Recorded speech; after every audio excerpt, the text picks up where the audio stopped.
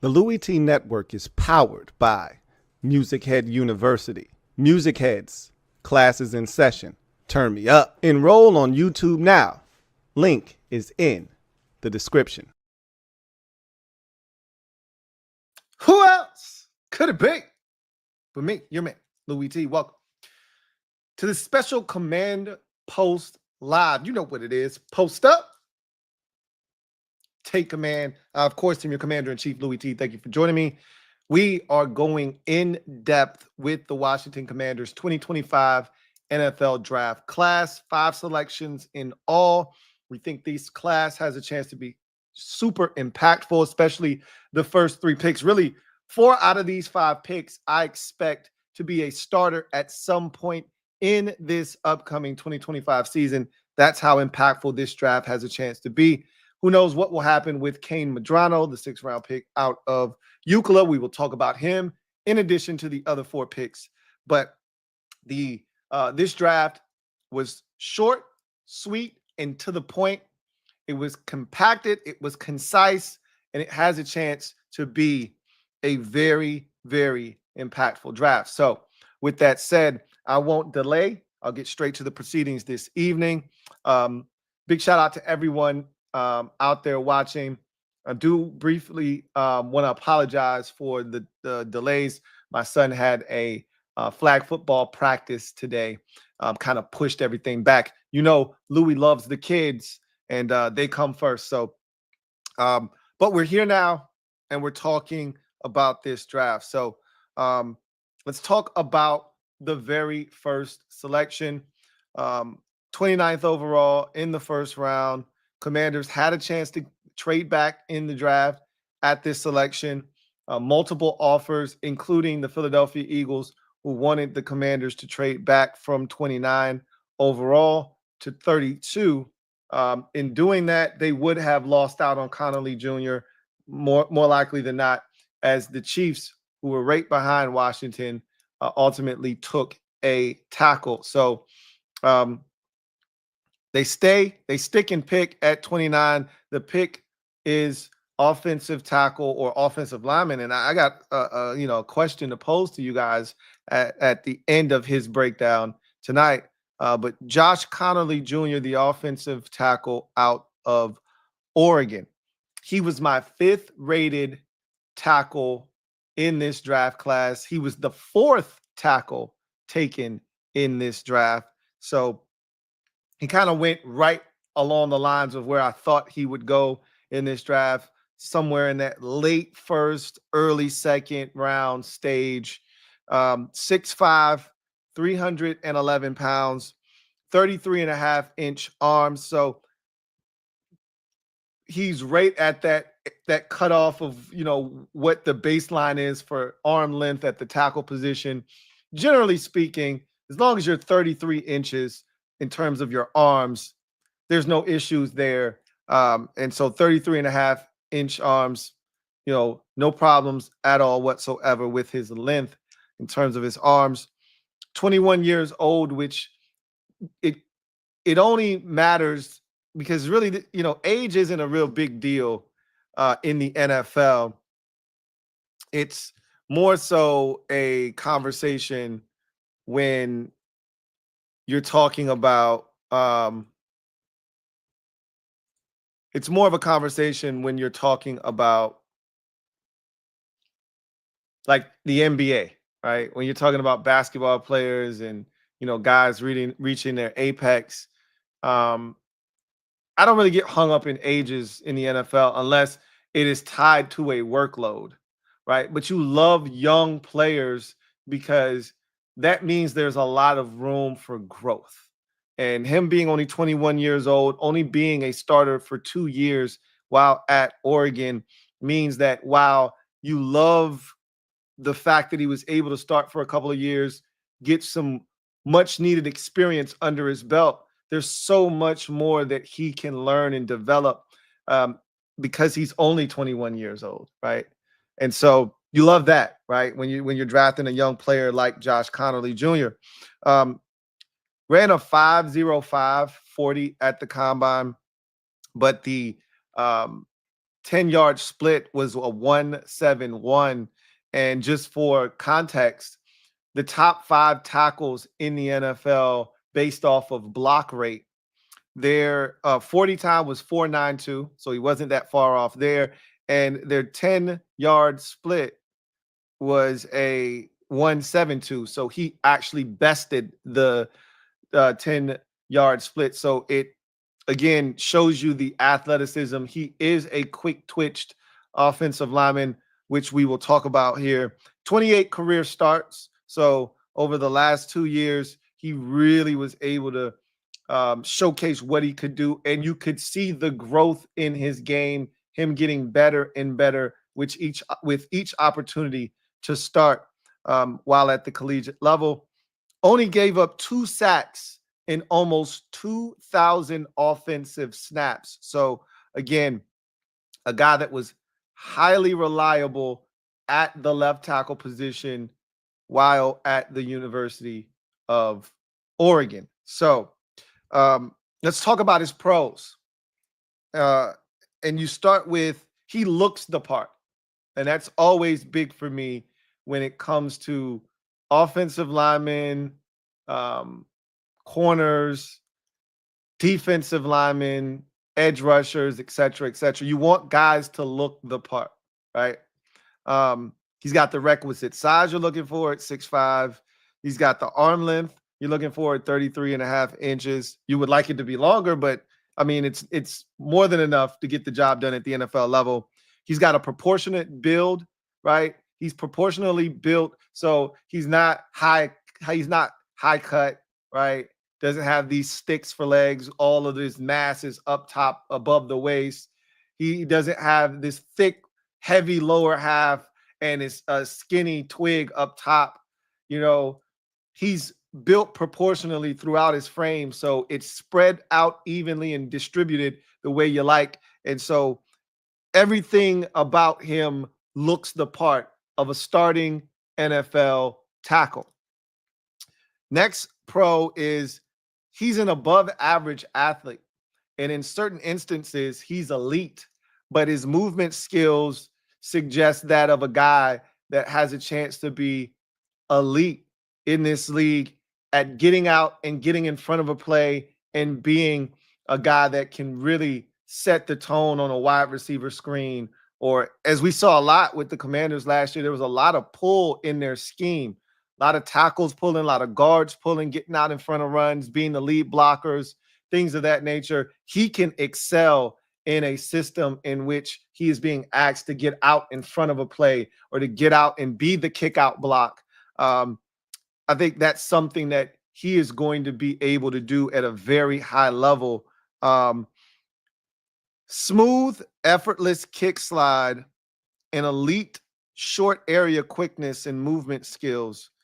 That is, to me, his best trait right now.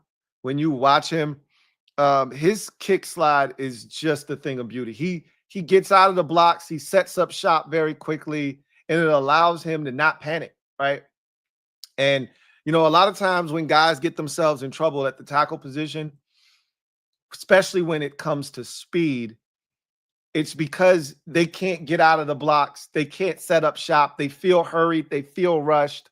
And there's just this hurry to get out there and get set up. And that's when you leave the gate open inside. And all of a sudden, all kinds of problems start to persist at that moment. So one of the things he does a great job of is just getting out of his stance, getting into his kick slide, and being ready to engage the rusher, right? He's got elite short area quickness and movement skills. That is evident by the 1.71 10-yard split. His short area quickness, and that's all we really care about. It's great if you got an offensive lineman that can run a 4.8. How often are you going to see that 4.8 actually come to light on an NFL field, right? That's not what we're really concerned about. It's the short area quickness. It's the quick, explosive movements that you care about with an offensive lineman. No wasted motion. He is able to utilize that quickness. There are some skip pulls that you see from him on tape where it's just like, whoa, That was clean. That was efficient. That was explosive and dynamic, right? He skips, and next thing you know, he's 2 gaps over, and he's already on the linebacker. And you're like, oh, shit. Whoa. So he's very, very effective getting out in space. That short area quickness is on display when he's asked to pull, when he's asked to get out in space as the kick out block on a wide receiver screen or something of that ilk. And that's something that's going to really benefit him, especially in this Cliff Kingsbury offense, where there are a lot of pulls in terms of the run game. There's a lot of kick out blocks, and from the screen game, it's a lot of, asking your tackle to get a piece and then get out and be one of the lead blockers on a screen, on a tunnel screen, things of that nature. So he's going to be a guy that can definitely flourish and thrive in a system like the one that is being executed currently in Washington. Fights at the point of conflict to finish his assignment while using good angles to wall off defenders. I don't think we will ever at any point in his career confuse Josh Connolly for a road grader. I don't think he's ever going to be Trent Williams, where he's mollywopping dudes 7, 10, 12, 15 yards down the field.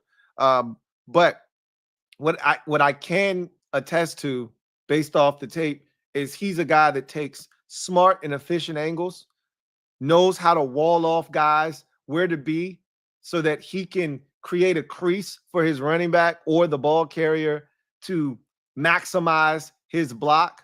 And so he fights. Again, he's not really a man mover, but he fights to finish the play while at the point of conflict. And you love a guy that plays to the whistle, and you get that from JCJ. Outstanding balance and control. He plays under control. Rarely do you see, and again, this kind of goes back to that kick slide that I talked about, getting out of his stance and having it be fluid and just so effortlessly doing so. It allows him to stay square. You rarely see him, disheveled. You don't see him reaching. He's not this heavy-legged waist bender. Shout out to Mike Mayock. He's not a guy that, struggles to bend at the waist. He's a guy that you see stay square. He's a guy that you see that is very comfortable, setting up shop, engaging. He comes to balance.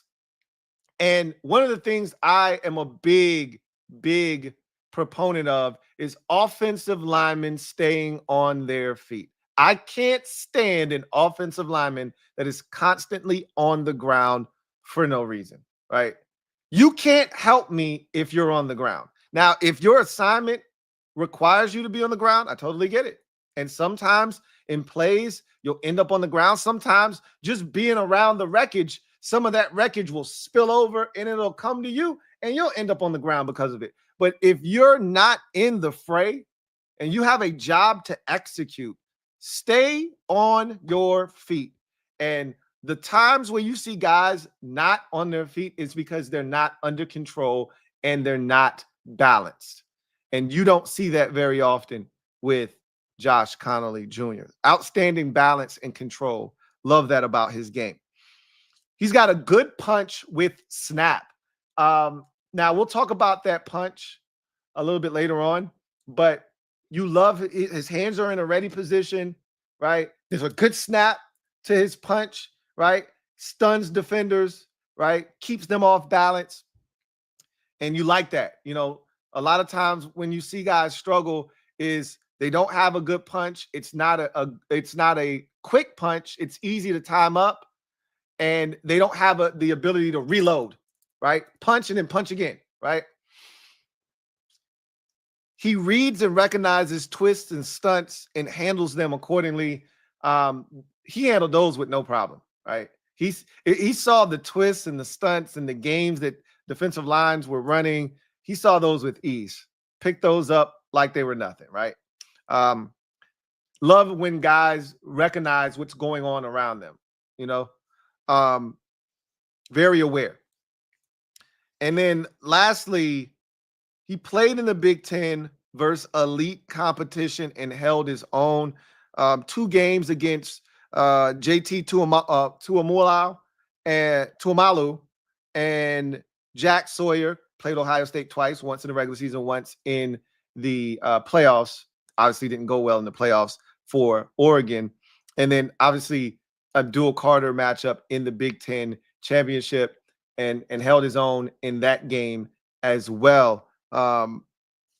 So when you see him against NFL caliber talent and you see him hold his own, that bodes well. You always want to see what guys do against the best, right? It's cool to dominate Monmouth, right? It's great, man.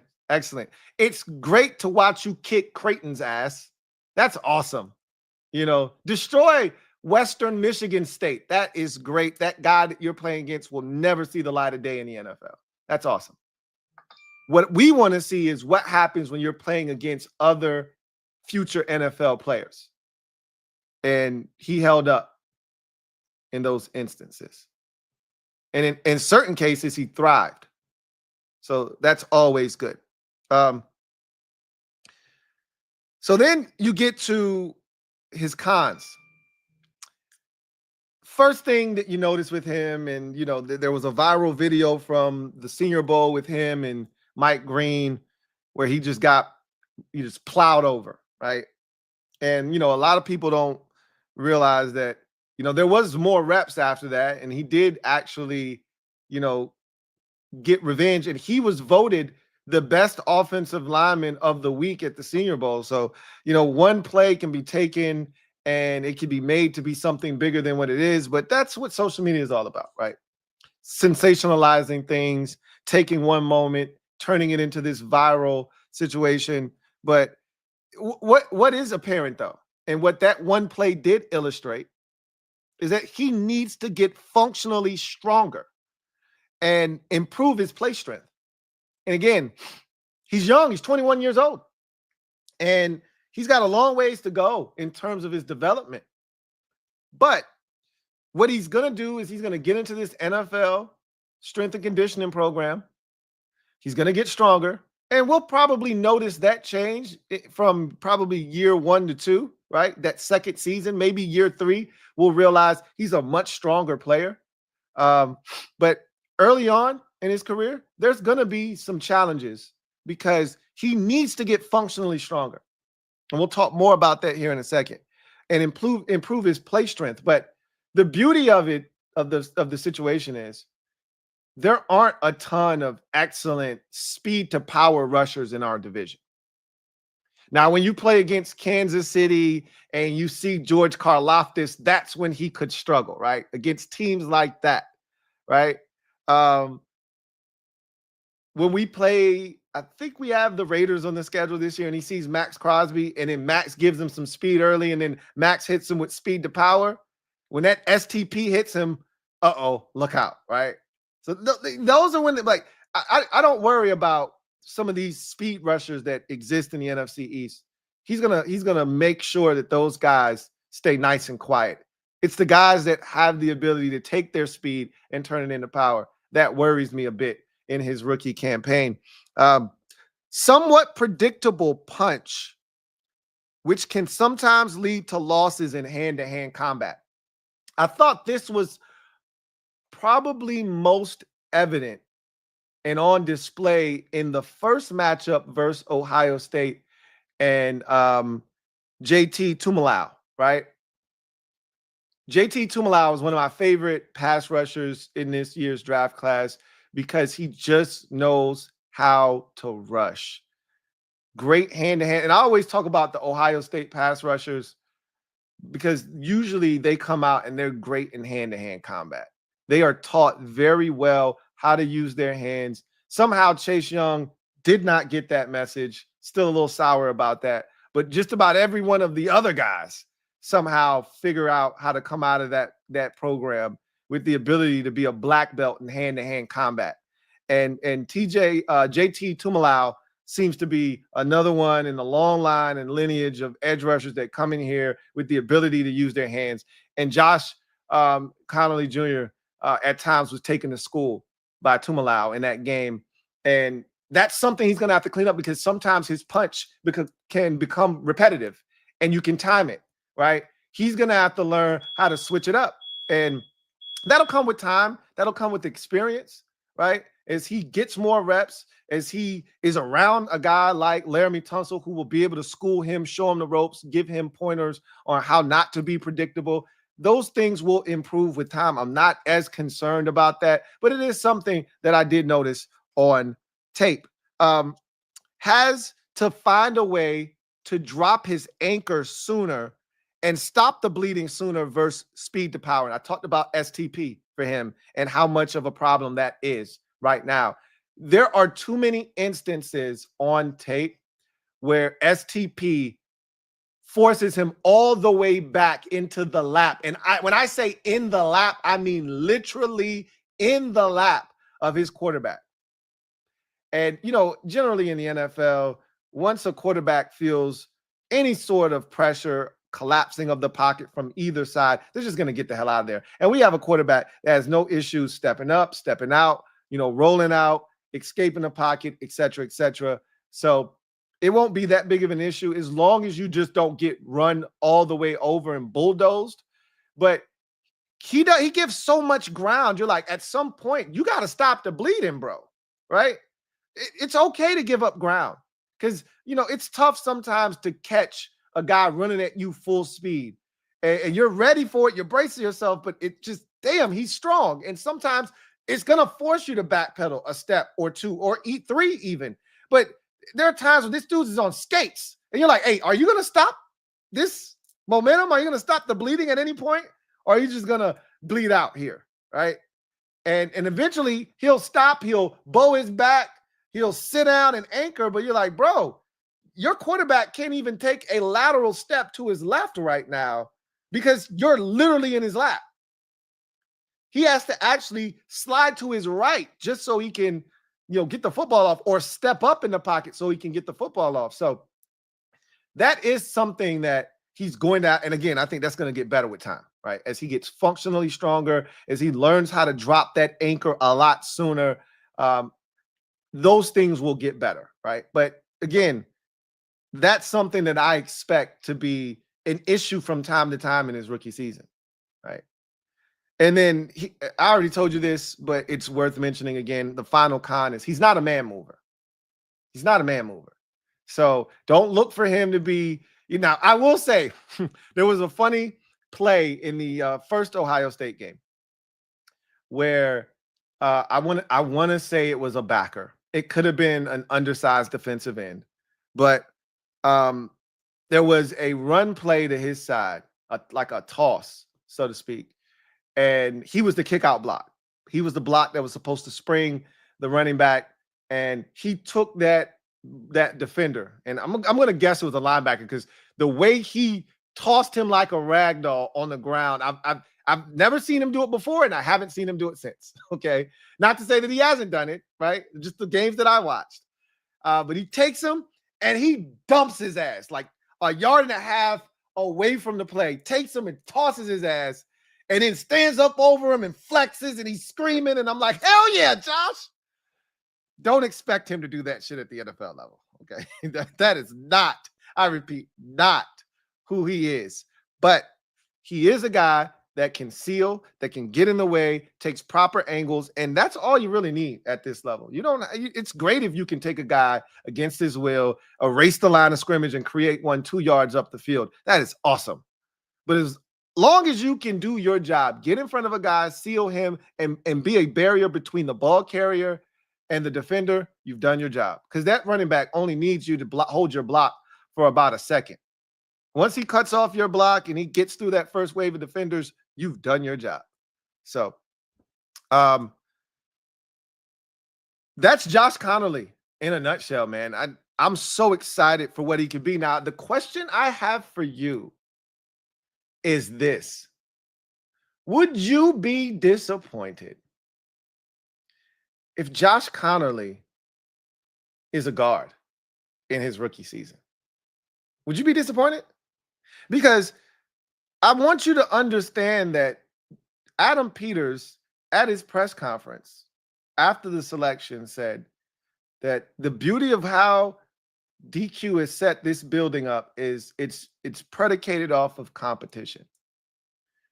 What if he's not ready for the responsibility of playing tackle right out of the gate, but he can go in and he can help you at guard initially? And let's not assume that it's a permanent situation, but let's just say that in his rookie season, Brandon Coleman was more equipped to play tackle at the current moment, and Connerly was going to be, starting at guard. How would you feel about that?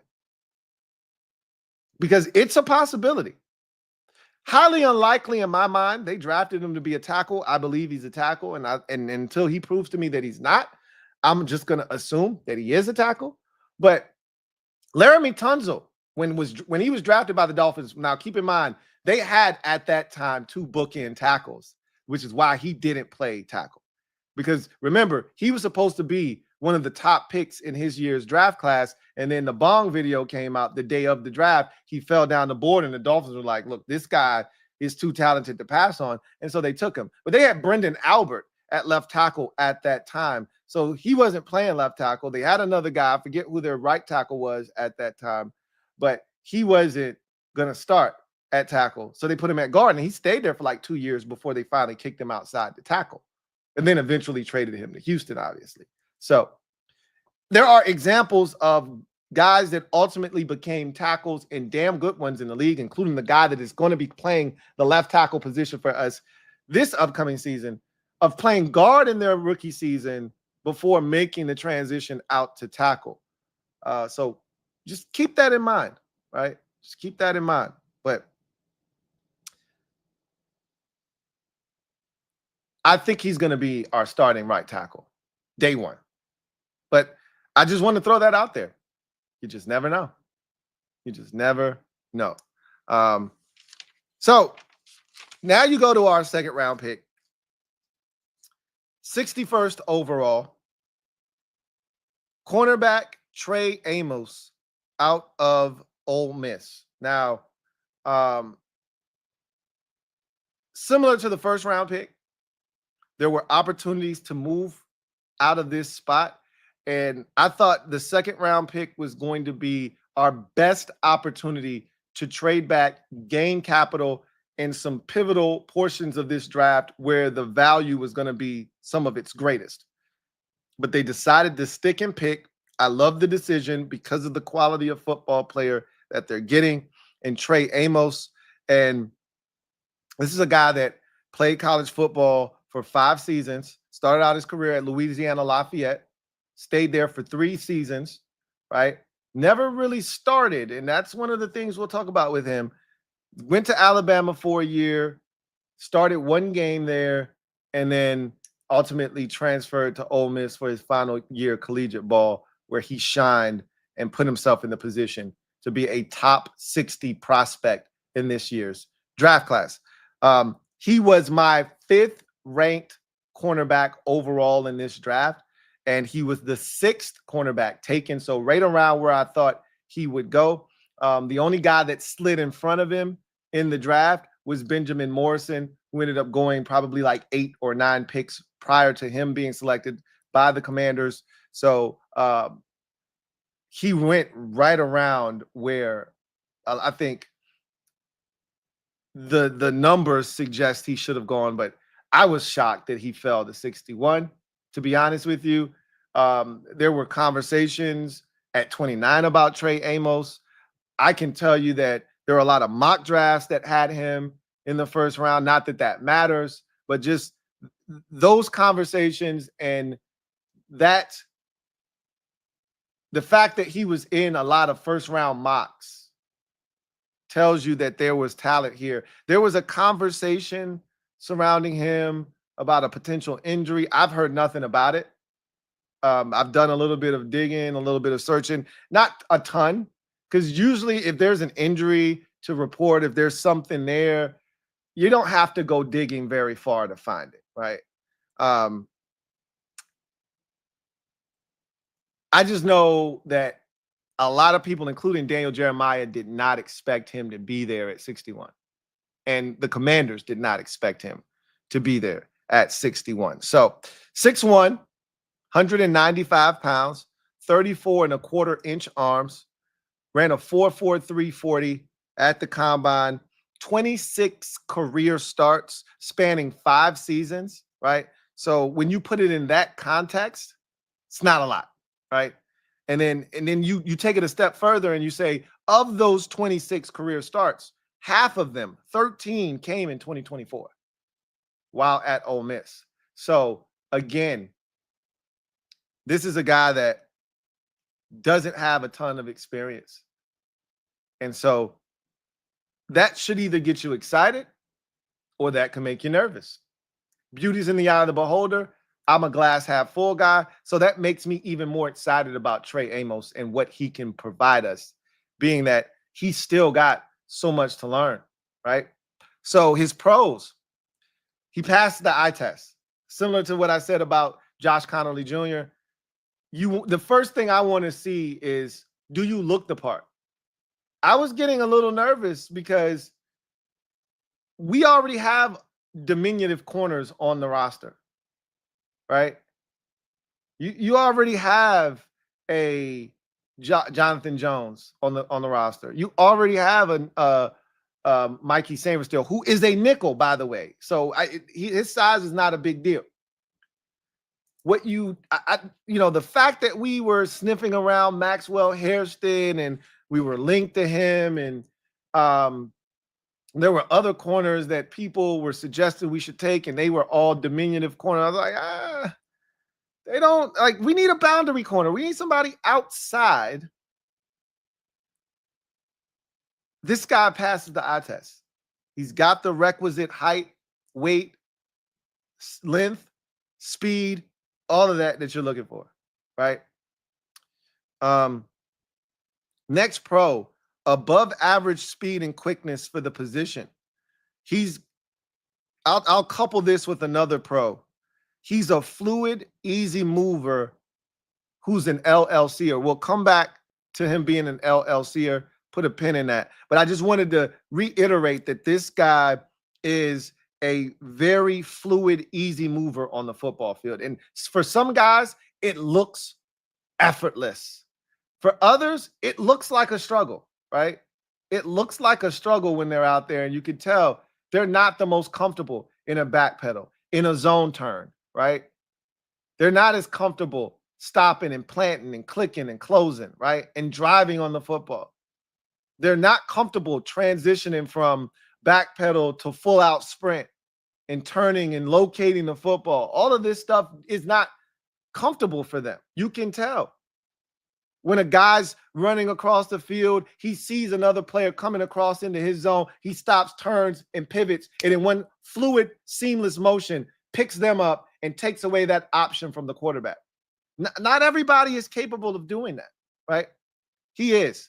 Smooth transitions, the ability to click and close without any wasted motion. He gets to the top of his read, and he sees that receiver coming back to the football. He sticks that foot in the ground, and he's immediately coming downhill to make a play. Plays with physicality at the line of scrimmage from press and at the point of catch. He does a really good job. A lot of times when you watch him, and I love this because so many corners in college, and again, sometimes it's the scheme that you're in, and you can't fault guys for playing the scheme, right? Can't fault a guy for playing 7 to 10 yards off. That's what the scheme requires, right? 7 yards off, 1 yard outside, right? 10 yards off, 2 yards inside. Like, that's what the scheme requires. That's your alignment. 10 by 2, 7 by 1, right? But when you're given the freedom, hey, you can go up there and do whatever you like. You can do whatever you like. Yeah. You want to line up 5 yards away? You want to line up 3 yards away? You want to press? You want to put your hands on them? You want to press and bail, right? You just want to bail at the snap? You do whatever you like. I love the fact that he deleted the airspace a lot of times, got up there, put his hands on people. You got to make them feel you before they can truly feel you, right? You got to let them know, hey, you want to get to this 10-yard comeback, you're going to fight your ass off to get off this line of scrimmage first and foremost. And he does a great job of catching guys at that 5-yard mark. You know, you can't get too aggressive after 5 yards. But once they get to that 5-yard mark, catch their ass, slow them down, and now you can go with them. Wherever they go, you go, right? Turn into my buddy, right? Does a really good job of being physical with receivers within the framework of the rules. I love that. Really, really physical at the point of catch. He really challenges receivers. That's why he had one of the highest or lowest, right?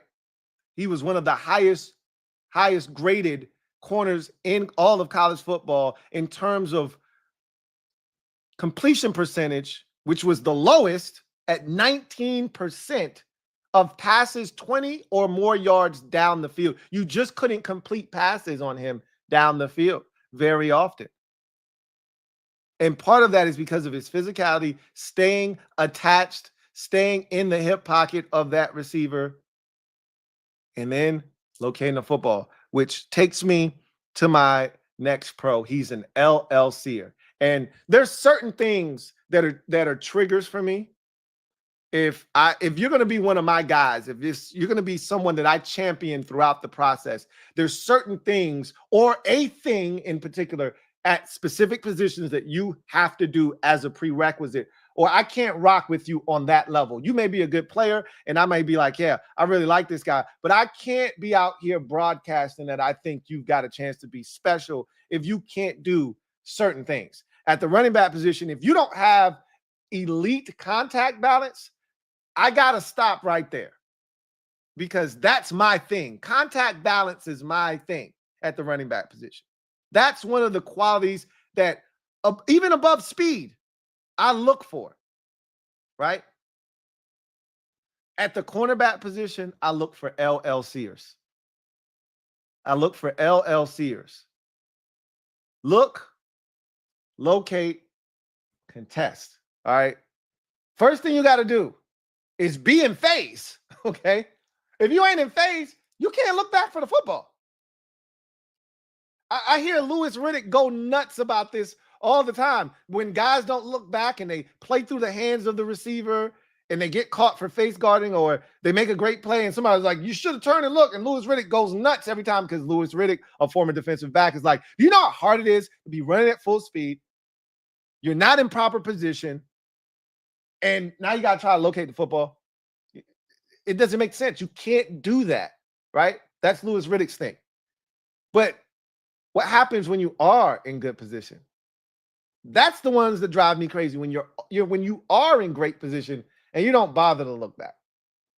Well, Trey Amos does a great job of staying in phase, which allows him to then turn around and be nosy. Because what good is it to be a good cornerback if you don't have the ability to make a play on the ball? All right. That's what drives me nuts. So he's able to look. Once you look back, you locate the ball now, figure out where it is, and then you contest. Make a play on it, knock it down, pick it off, what may have you. You can't pick off what you don't see. You can't see if you never turn. Right? Can't pick off what you can't locate. Can't locate what you never see. It's not rocket science.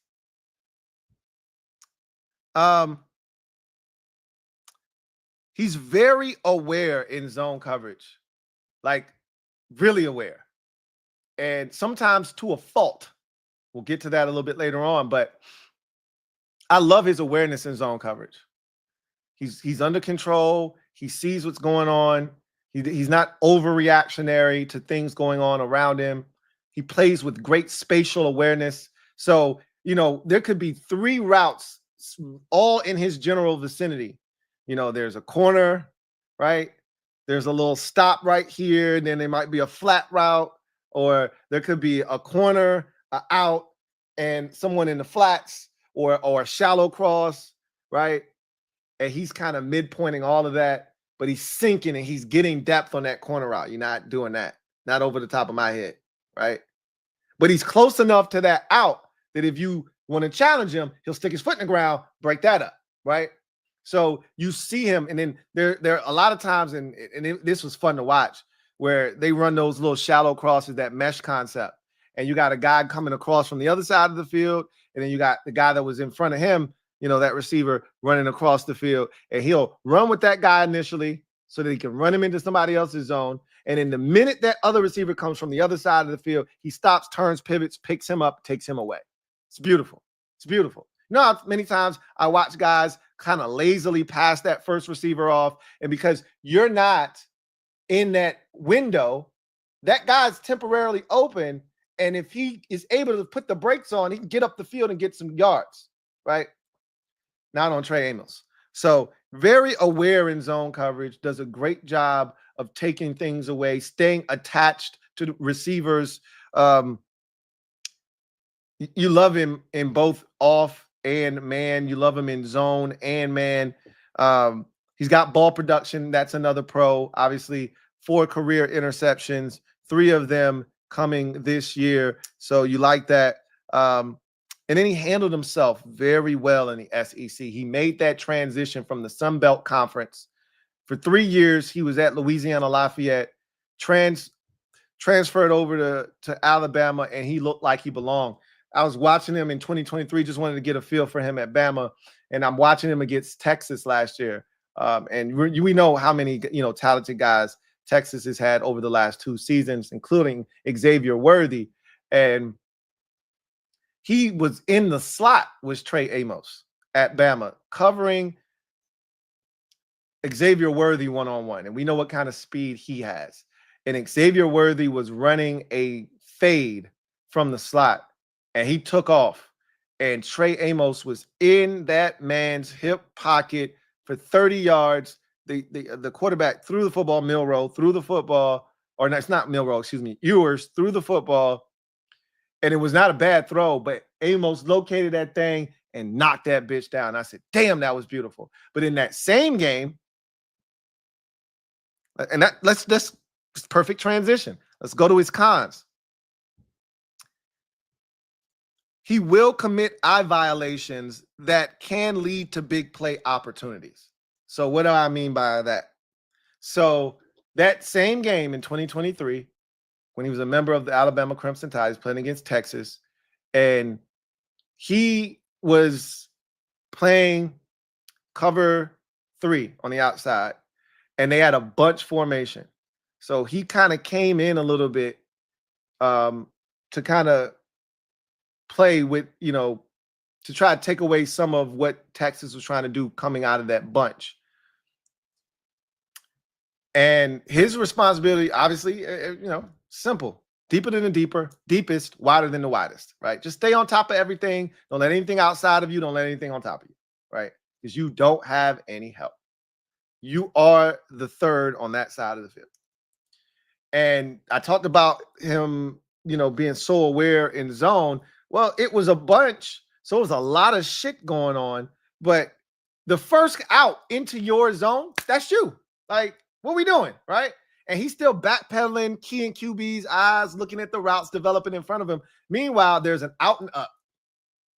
And he sees the out after kind of keying quarterback's eyes, and he should have gotten out of his backpedal by now. He should have been in his zone turn already. He's still backpedaling, didn't get into his zone turn. And because he was keying quarterback's eyes and being a little too nosy, that out came, and then he tried to react to the out. And as soon as he turned his hips to react to the out, it was up. And it was up and it was stuck. And he got smoked for about a 60-yard touchdown. As easy as it comes. And you're like, damn, homie. Just 2 plays ago, you was the man, homie. The F happened to you. Just an eye violation. You know your job. You know your responsibility. Do your job, right? Then I'm watching him in 2024 at Ole Miss, and he's playing against LSU. And him and Kyron Lacy, man, he rest in peace. They had a battle, man. They were going at it. And Kyron Lacy so they're in zone, right? But it's still his responsibility to carry Kyron Lacy up the sideline. His job is to push him to the sideline as far as he can, delay him. And if that safety comes over the top, he'll have enough time to get over there.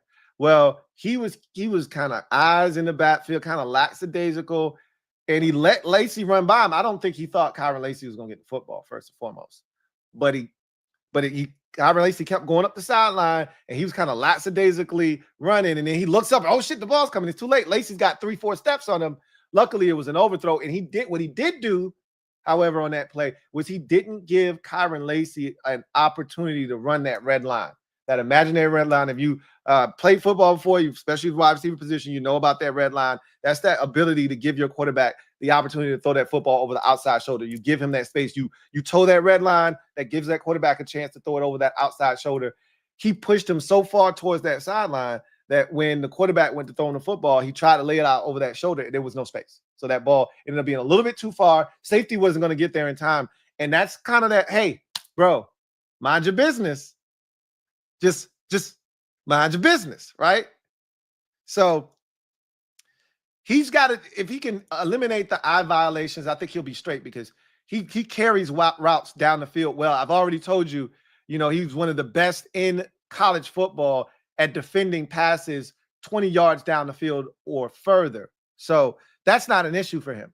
It's only an issue when he gets into trouble with eye violations, right?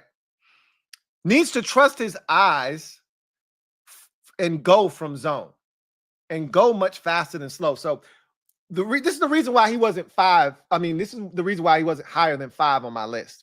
Because what I told you guys, if you watch my cornerback videos leading up to the draft, I told you that this was one of the most impressive draft classes I've seen in terms of seeing it from zone, seeing it from off coverage, sticking your foot in the ground and driving on it and go getting it, right? Maxwell Hairston is a thief. Will Johnson is a thief from off coverage. They see it, they read it, they stick their foot in the ground and they go get it, right? And it's a pick six. This is why Trey Amos doesn't have a pick six. It's why he doesn't even have any yardage on an interception, because most of his interceptions are going away from the line of scrimmage, right? Drifting away from the line of scrimmage, right? Whereas if you're going to pick off a ball and go to the crib, it's going to be one where you see it from off coverage, you recognize the route concept or what that receiver is trying to do, you key quarterback's eyes, you see the movement of the receiver, and you just trust your eyes and you go. That's how you pick it off going towards the end zone. He didn't have any of those. He didn't have a single yard. He has -1 yard on his interceptions, which means he's either going away from the line of scrimmage or it parallel to it, right? He's never coming forward when he takes it away. And that is a byproduct of not trusting your eyes. See it, go get it. He knows what's going on. He can see it. He's just got to trust it. And I think that'll come with more experience. This one is funny to me. He will lend a hand in run support and as a tackler, but that is all. Hey, y'all need a hand? I'll offer y'all one. Like literally, I'll throw an arm out there for you. He is going to need to be better in run support. Look, corners a lot of times pick their spots. Devin Witherspoon is an anomaly. Corners don't, come in the league usually on with that type of energy. Most times they look like Trey Amos in terms of tackling. He's not afraid to tackle. It's just not ideal, right? It's usually him jumping on somebody's back, going for a little bit of a ride. It's him grabbing somebody by the waist and slinging them and trying to throw them out of bounds, but it's an extra 3 yards gain. It's, trying to tackle somebody, slowing them up until some help comes, but he really didn't do it by himself. He's literally lending a hand. Like, I'll stick my arm out there, slow him down a little bit. I'm going to need him to be a little bit more forceful as a tackler. I know he's got it in him. I'm going to need that to be extracted out of him. And then the last con is he's inexperienced. You can look at it one of two ways. Upside is through the roof because he only has 2 years of starter experience, and only one of those came in the SEC, right? Or you can say, well, he needs more seasoning. Either way, I'm excited. I'm excited. I've already told you what my comp was for him in the cornerback video, but I can grab it out of my notes real quick. I comped him to Tyson Campbell, cornerback out of Georgia, who came in, was extremely raw, didn't have a ton of ball production, and has become a really good corner in the NFL. Blossomed into one of the better corners in the NFL. So I see a lot of those traits, similar size, length, ability, speed, all of that good stuff. I think he has a chance to be really, really good. So feel good about Trey Amos as our second round pick. Now you get to the fourth round and 128th overall selection. The Commanders went to the wide receiver well and added more team speed to the mix in Jalen Lane, a.k.a. Jalen Fast Lane from Virginia Tech. This is a guy that started his career first 3 years at Middle Tennessee State, then transferred over to Va-Tech for the final 2 years of his collegiate career.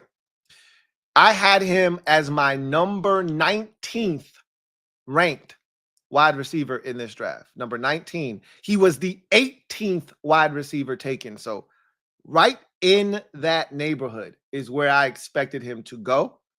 And that is where he went. I had a 4th round grade on him. That is where he went. So everything about Jalen Lane kind of synced up perfectly.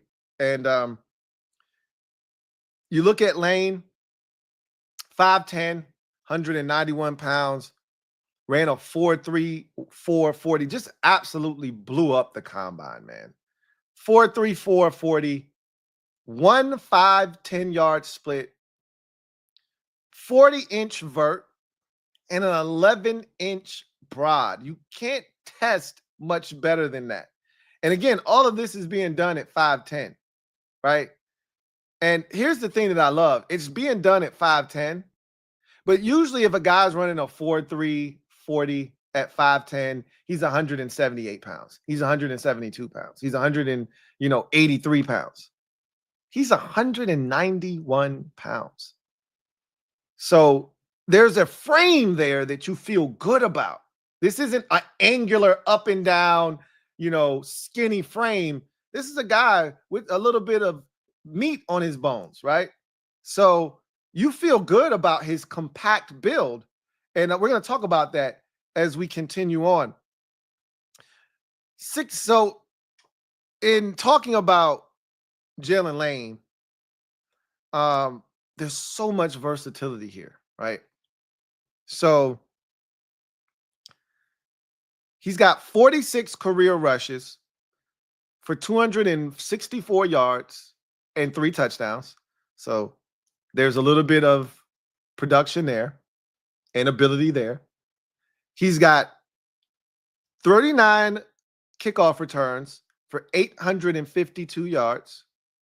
No touchdowns, but there's a body of work there. He's got 67 punt returns for 733 yards and 2 touchdowns. That's an 11-yard per return average. That is delicioso. With 2 touchdowns as a punt returner. And then 203 receptions for 2,532 yards and 18 scores as a receiver. So in total, in excess of 23 touchdowns. in 3 different ways. And if you add in his touchdown pass as a quarterback on a trick play, he's got 4 different touchdowns. 4 different ways he's attributed to touchdowns being scored. So when I tell you there's immense versatility here, he's definitely a guy that, and we'll talk more about that here in a second, but explosive speed. Obviously the 4.34 40 is dynamic. It's explosive. He's a build-up speed guy. So he's not one of these guys that gets from 0 to 100 like that, right? He's not like Tyreek Hill. Tyreek Hill just needs 2 steps. Jalen Waddle just needs 2 steps, and they're already almost at top speed. They're already in 5th gear, right? He needs 5 or 6 steps to build that speed up. But once he does, look out, right? So I talked about this in watching him. You don't see a lot of just vertical, I'm just running past guys. You see a lot of his on, I'm going to run away from guys across the field. And that's where that buildup is allowed to manifest itself with him, being unabated. No one's touching him, laying hands on him, slowing him up. He's able to kind of run his way across the field and build that speed up and now run away from people. I want to see him, and I think we will see this at the NFL level, where they just turn him loose vertically. Hey, you get up the field, you threaten a safety, you get up the field, you threaten this corner, you step on his toes, you run by him, and Jaden's going to lay it up there for you to go get it, right? He's got good hands and a really good feel for sitting in zone coverage. He does a great job of finding those little soft spots, making himself an available target for the quarterback. He's a guy that can catch outside of his frame. He can leap backwards, good body control, jump up, extend outside of his frame. So his catch radius is a little bit better. And again, when you got a 40-inch vert, it allows you to be able to do those things. And he showcased that on tape when you watch him. This is his best attribute right here that we're about to go through. He's dangerous in space. And with the ability to create with the ball in his hands. He's dangerous in space with the ball in his hands to create in space. He just has an ability to hurt you with the football in his hands. And we'll talk about the need to get him in space. When you watch him at Virginia Tech, when he's at his best, it's a wide receiver screen. It's an end around. It's a jet sweep. It's a reverse. It's a deep over route, right? Something where he's catching the ball immediately, being handed the football immediately, and given an opportunity to build up that runway, right? I talked about him being a build-up runner. So if you get it 4 yards in the backfield, 5 yards in the backfield, and there's no one around, now you're building up that speed. You get a couple of blockers in front. Uh-oh, look out, right? Now he's cutting it back twice, weaving in and out of blockers, and next thing you know, he's scoring a touchdown.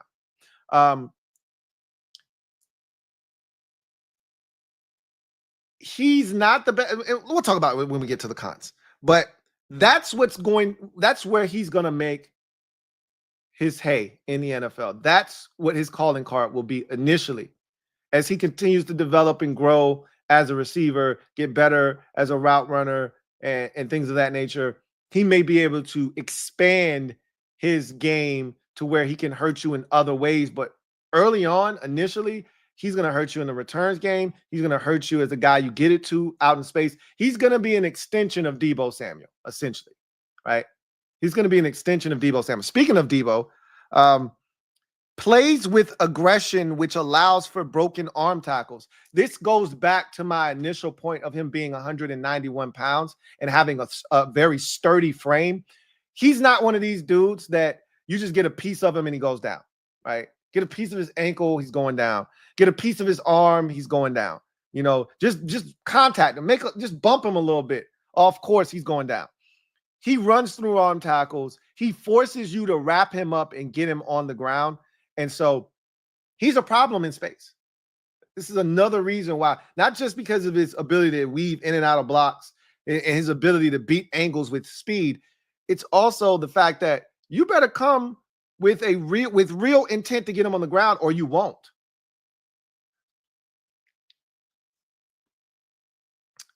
Next pro, tremendous versatility. I talked about this. He's a chess piece. You can give it to him out of the backfield. You can throw it to him right at the line of scrimmage. You can throw it to him in zone coverage. You can throw it to him up the field vertically. You can throw it to him, you know what I mean, on a slant where he's catching it on the move, on a dead sprint. And then, again, returns game as a punt returner, returns game as a kickoff return man. So he offers you so much versatility. And as I mentioned, he's assisted and accounted for scores in 4 different ways: punt return, receiving, rushing, and as a passer.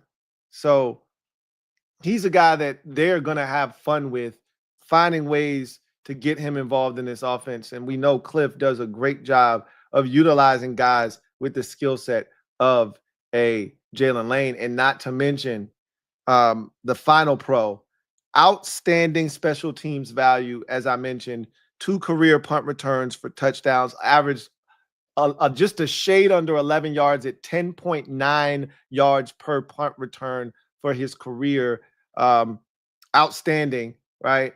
And also offers you the ability to run back kicks. And this is unlike college football. This is a different format. He may thrive in this format of returning kicks in the NFL, right? Our special teams unit, we blocked the shit out of these kickoff returns in terms of Eckler having some big returns. Hell, even Luke McCaffrey had some really big returns, right? So when you look at what we were able to do, this guy's got way more speed than those two. He hits one of those seams that this unit did a great job of creating last year, and he could be off to the races, man. He could be a big-time special teams weapon for this team, which is why L to the Izzo, our special teams coordinator, was so pumped when he was drafted at 128 overall. Cons. He can become a better route runner. Like right now, he's a bit limited as to his route running ability, a little stiff in terms of telegraphing when he's going to snap off his routes. Again, he's not like, so again, I talked about him being a build-up runner, right? He's not this quick, right? Pop, pop, right? He's not an MJ, athlete, right? Where he can snap it off quick. So sometimes he telegraphs, he's not a strider. He takes small, short, choppy steps until he's able to open up. But his route running, it's not fully developed yet. It's very underdeveloped at this current moment. And speaking to that, because he doesn't do a good job of being deceptive as a route runner, guys are able to then jump routes, crowd his space a bit. And to me, he allows defenders access to the point of catch too easily, right? Now, he's not the biggest guy in the world. I said for his size, he's big. For his speed, he's big. But he's not 6'2", 205, where he can just box a guy out.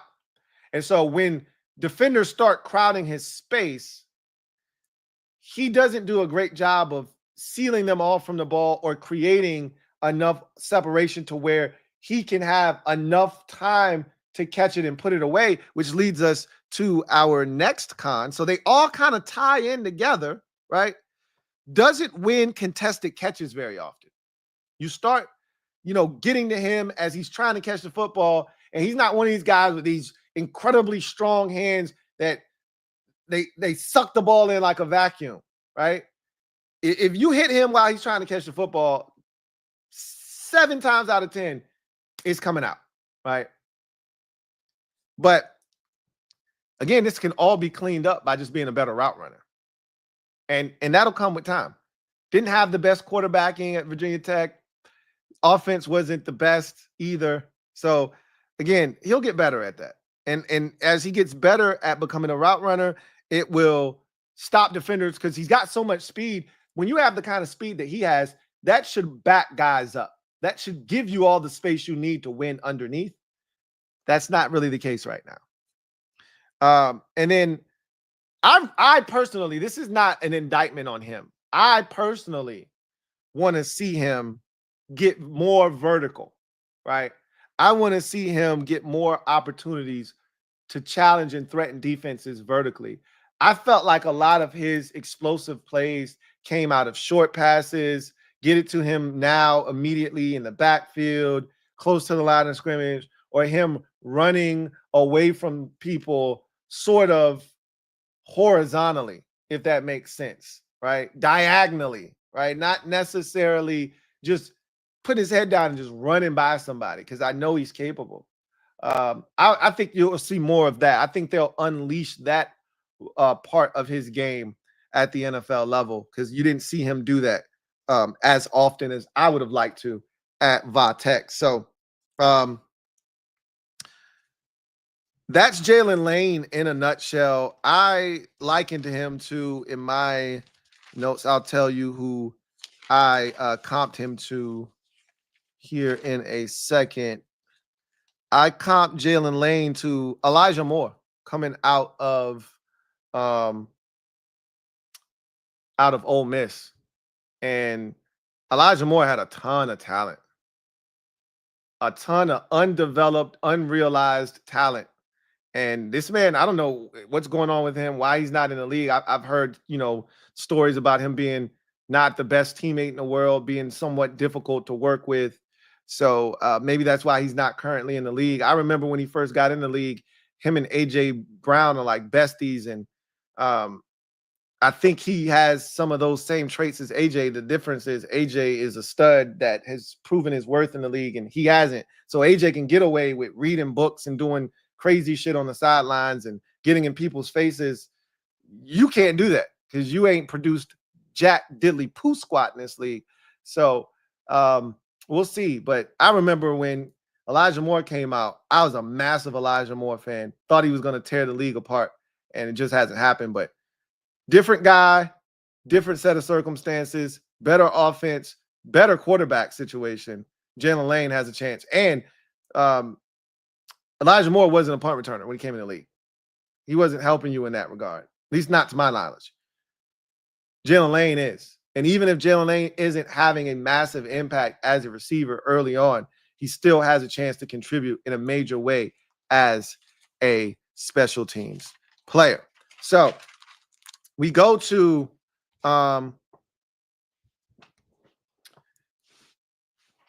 the sixth round, 205th overall selection. Commanders dibble in the linebacker pool, which wasn't very deep to begin with, and take UCLA linebacker Kane Medrano. He was the 18th linebacker taken in this draft. This is one of those classic late round height, weight, speed specimens. Why the hell not? Shoot your shot, right? 6'3", 222 pounds, 32-inch arms. So that tells you the kind of length you're dealing with at the linebacker spot. And you see it on tape. We'll talk about that a little bit later on. 4.46 40, like another one of these guys that just absolutely destroyed the combine. And this is how you get drafted. This is how you get your name out there. And the tape may not be the best, but the traits are. This is how you get yourself drafted, right? We make fun of the underwear Olympics, but it benefits some guys. And Kane Medrano was definitely one of those guys that opened some eyes with his performance at the combine. That 4.46 was accompanied with a 1.57 10-yard split, 38-inch vert. Again, at 6'3", 222 pounds, doing all of this is crazy. I mean, we would be going goo goo gaga for a wide receiver with these numbers, right? Just think of it in that way. If this were a 6'3", 222 pound receiver running a 4.46 with a 1.57 10-yard split and a 30-inch vert, if he could catch, we'd probably be talking about a guy that's hovering somewhere around the first round, right? 26 career starts over 6 seasons. So let that sink in, right? Let that sink in. And then let this sink in even more. 25 of those 26 starts have come in just the last 2 seasons, including 14 of them in 2014, right? Or 2024, excuse me. So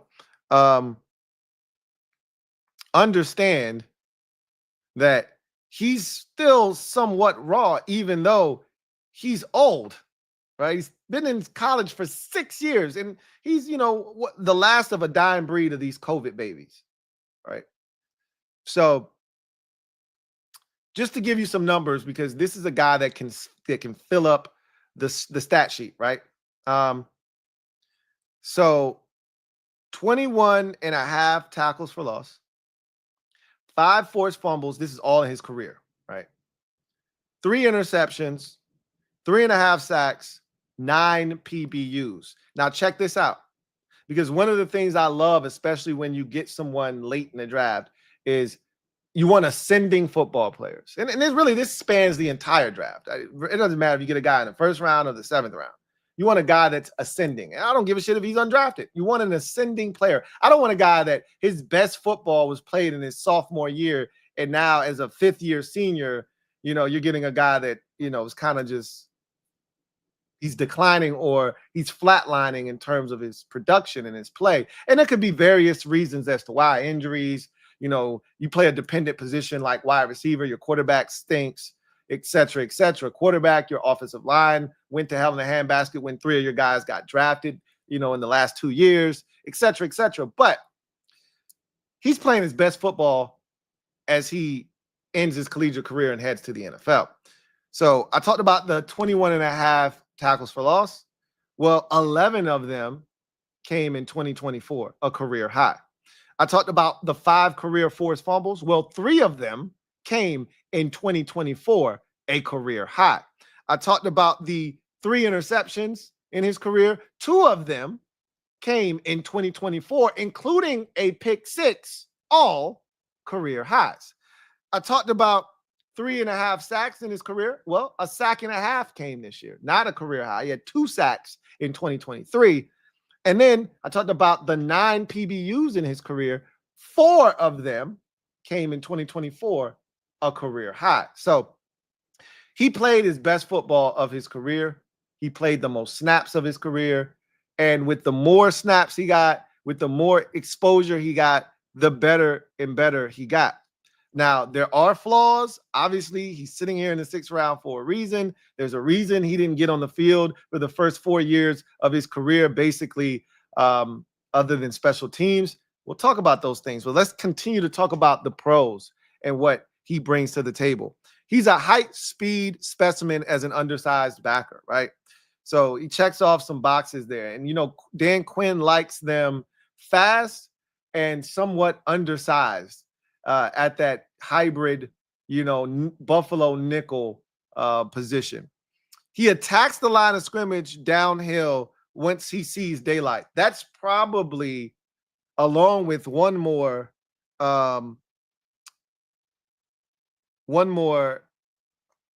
trait, that is his best attributes. I talk about the tackles for loss, 21 and a half tackles for loss, basically over the span of, let's say, 2.5 seasons, because he really didn't contribute on defense at all the first 3 years while at UCLA. It wasn't until his 4th year where he started to get a little bit of snaps on defense. So the tackle for loss numbers really came over the last 2.5 years.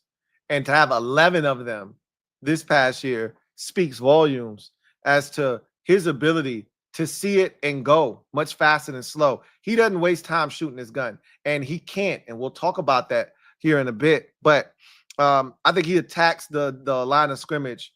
As soon as he sees daylight, he goes. He's not waiting on anybody. He's going, right? And that's how you get in the backfield, and that's how you make plays. It can work against you too, and we'll talk about that as well. But he doesn't have a choice. Good lateral agility and recovery to carry vertical and underneath routes. So he does a great job underneath of carrying routes. You'll see him, playing off. There'll be a tight end in motion coming from the opposite side of the formation, and that tight end's running a wheel up the sideline, and he'll carry that tight end up the sideline, wheel route, be in perfect phase, turn, locate the ball, take it away, right? You'll see him underneath, shallow cross, and they're playing a form of match coverage. So now that guy comes into his own, he has to match him, right? And take him, and he does a flawless job of doing that. You'll see times, and this is where the recovery comes into play. I talked about him being a guy that shoots his gun. So he'll be reading the quarterback, they go play action, he bites down on the fake. He's taking 2, 3 false steps towards the line of scrimmage. He realizes it's a pass. He gets back, busts his ass to get back into his drop, sees the quarterback throwing the football. And this is where that 6'3", 38-inch vert with the 32-inch arms comes into play. He leaps up, snatches the bitch out of the air. I've seen him do it twice.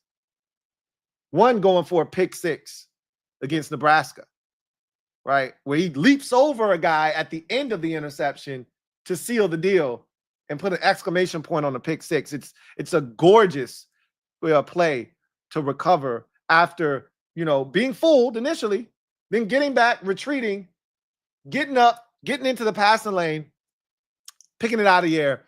And so that takes me to my next pro, and it kind of ties into what I was just talking about. Plays above the rim to make passes over the middle tough with him in the vicinity. One of the hardest passes for quarterbacks to make, where you see a lot of mistakes being made, is that up and down pass over the middle of the football field. It's tough when you got that tight end running that seam, or you got that deep dig, and you got to get that thing up and down over the backers, right? Because you're running a high-low concept, and you want that backer to suck up on that shallow cross, or that running back that's running, a little sit-down route over, or that tight end running a little sit-down route over the middle of the field. You want that linebacker to suck up so you can run that dig route right behind him. So you're running that high-low concept, and you got to get that ball up and down, right? You're running that seam route, and you ran that play action fake, and that linebacker sucks up, takes a couple false steps. Now you got to get it up and down before the safety, but over the linebacker, right? Well, it's tough when that linebacker, because most linebackers are 5'11", 6 feet, right? You might get a 6'1" linebacker, but most of them are 6 feet tall. They don't have these crazy 37, 38, 39-inch verts. They're good. They're solid linebackers. They're not great athletes. Well, this guy's 6'3" with 32-inch arms and a 38-inch vert. So if he sees the football, you got to get it over him. Good luck. You're going to need it. And you saw that on tape a couple of times. So he plays above the rim, stretches that frame out like Stretch Armstrong, and goes and gets the football, right? He can fill up the stat sheet. He's a guy that can do a little bit of everything. Tackles for loss, forced fumbles, interceptions, sacks, PBUs, you name it, he can do it.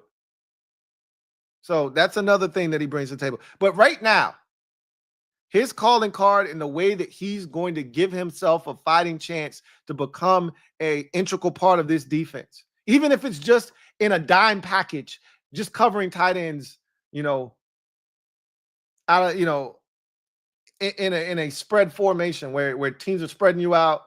It's 10 personnel, right? 4 receivers, 1 tight end, no backs. And you say, hey, Kane, this your package. Get out there. Go get that tight end. Even if it's just in that, the way that you are on the roster so that you give yourself a chance to be a part of some sort of package is special teams. And he offers special teams value. Before this man even saw the light of day as a defender, he was a core special teamer for 4 years. So that's where he's going to cut his teeth in the NFL, first and foremost. Cons. There are a lot of them. That's why he's here in the 6th round, right? Okay. So cons. His frame presents itself as a safety, and it's probably maxed out. So when you look at Kane Medrano, you see a safety. I see a safety. We see a safety. His body type screams, I'm a safety. but we're going to probably play him at linebacker. And in today's NFL, that's okay. It's not a big deal. That's why it's the first con that I mentioned, so we can get it out of the way. Yeah, I know. He looks like a safety. And he's not gonna bulk up and gain 10 pounds or 8 pounds and he might get to 225. He's not gonna end up being 230 pounds. His frame doesn't allow for it, more likely than not. And I'm not saying it can't happen, but what you don't want him to do is lose his athleticism. That's what you don't want, because that's why he's here in the first place. So, next con. If he doesn't win first or early, he doesn't win at all. And look, I'm not going to sit here and sugarcoat you about Kane Medrano as a run defender, okay? What I'm going to tell you is, if he sees it and he fires his weapon, he's going to get there and he's going to get in the backfield and he's going to make a play on the opposite side of the line of scrimmage. And the reason I told you that he's so aggressive going downhill is because if somebody puts a body on him, a center, a guard, in certain instances, a big physical blocking tight end, he's finished on that play. He's done. He's cooked. Stick a fork in him. So he's got to go first. And he's got to beat that lineman to the spot, or else he's done. He can't win. He knows it, and he doesn't try to act as if there's another alternative. He knows, I got to win, or else I won't. He can be duped in coverage initially. I talked about this. That aggressive behavior leads to you taking false steps towards the line of scrimmage. Now you're out of position. Now there's a completion that can be had, right? That's a part of the game when you're an undersized backer and you know you got to win. So that's a part of the assignment. You know what it is, right? This is the biggest Kane Medrano knock and con right now, right? This is it. High missed tackle rate due to poor angles and technique. He does not have great tackling technique and form. He does not have the best pursuit angles at the problem. And the thing that's so frustrating is he sees it. He sees what's going on. He identifies it correctly. He's all over it. And then the tackle attempt is just atrocious sometimes. And you're like, Kane. You see it, you diagnosed it beautifully, and then you take this haphazard angle that gets you beat. Now you're diving at his ankles. You should have been wrapping him up at his waist, or at worst, pushing him out of bounds. Now he's cut back on you. You're diving at his ankles, and you're on the ground, and he's still running. What are we doing here, guy? This man missed 27 tackles this past season. 27 tackles. Over 25% missed tackle rate. Zoinks! Scoob! Yeah. So that's something he's going to have to clean up. And if he never does, at least he'll be a core special teamer, right? I think they brought him here to be a specialist. A guy that can defend the pass, not defend the run. I don't think they view him as an every down linebacker. He's here for specific packages and, of course, special teams. Nothing wrong with that. And then lastly, I think a lot of his deficiencies stem from just a pure lack of experience. Man's only got 2 years as a starter. Man was in college for 6 years and he only started for 2 years. So there's still a lot for him to learn. Still a lot for Kane Medrano to learn. So,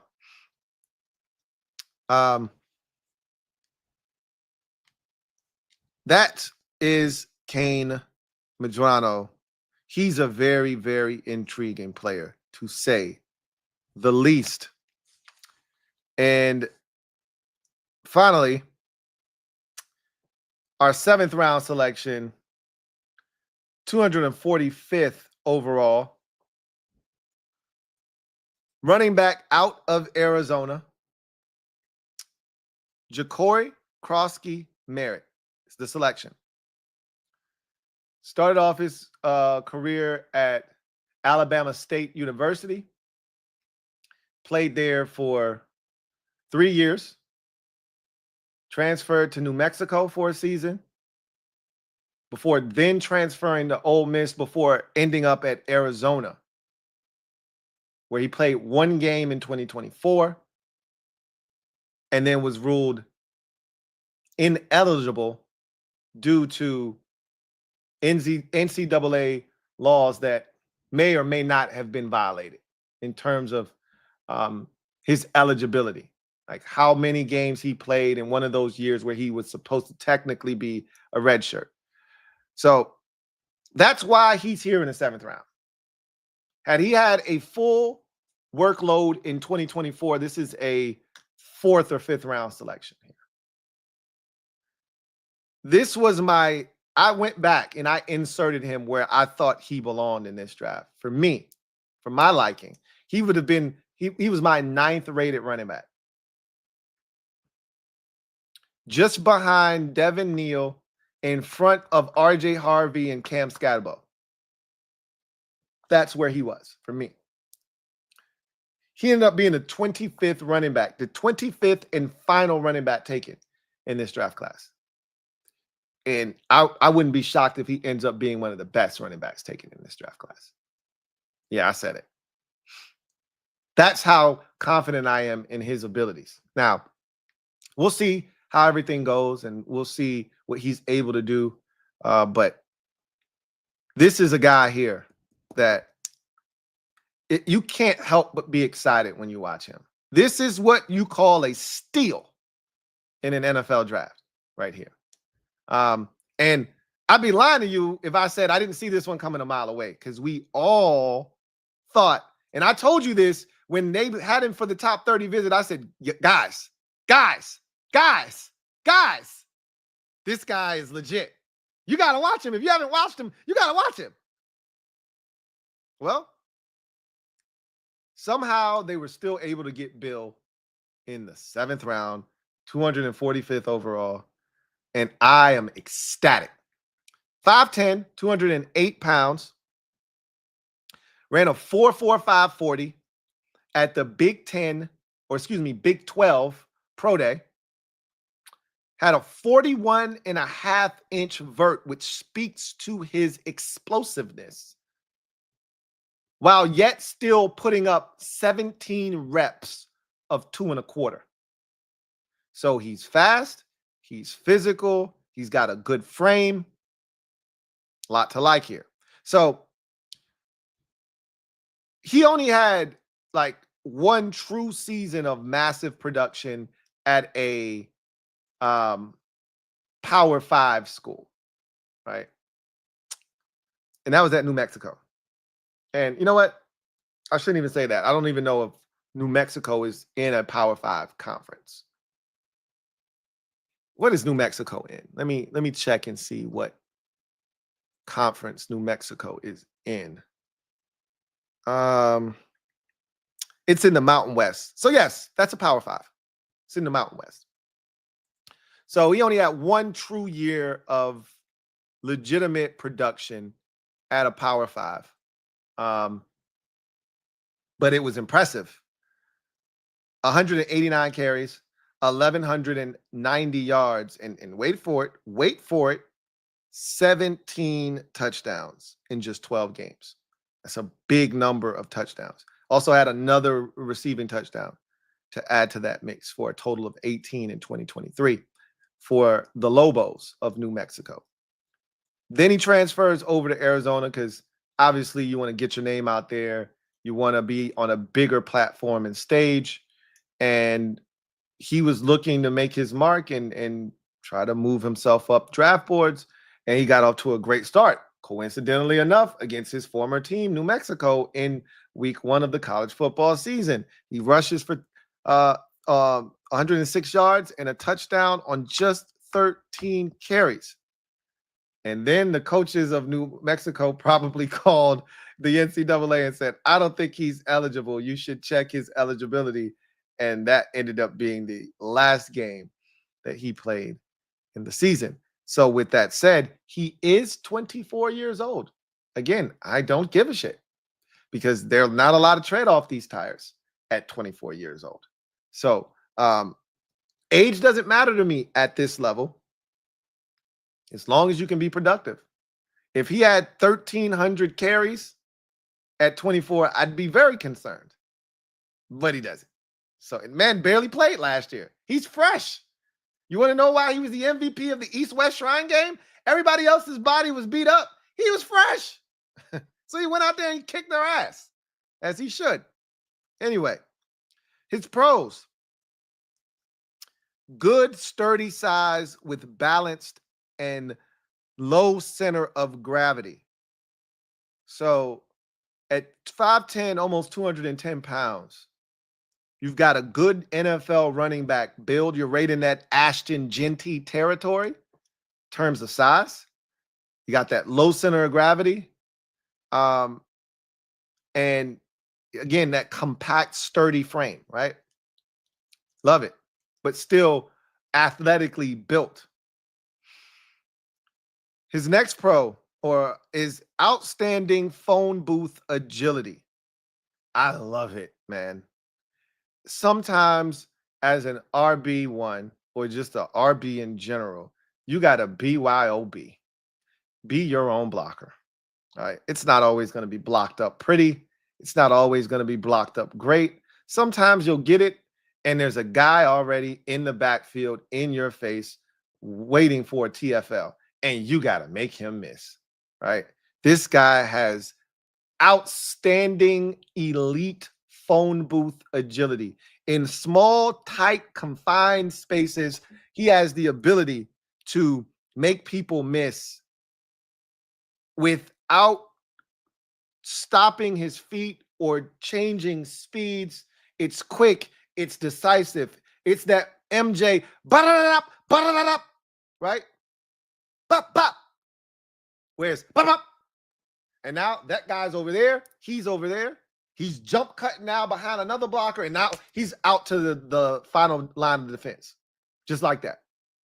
And you're like, damn, that was pretty effing impressive. How'd you do that?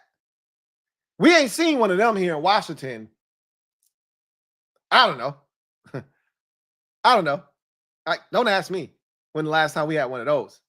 I can't tell you. I don't know if I've ever seen one of those here.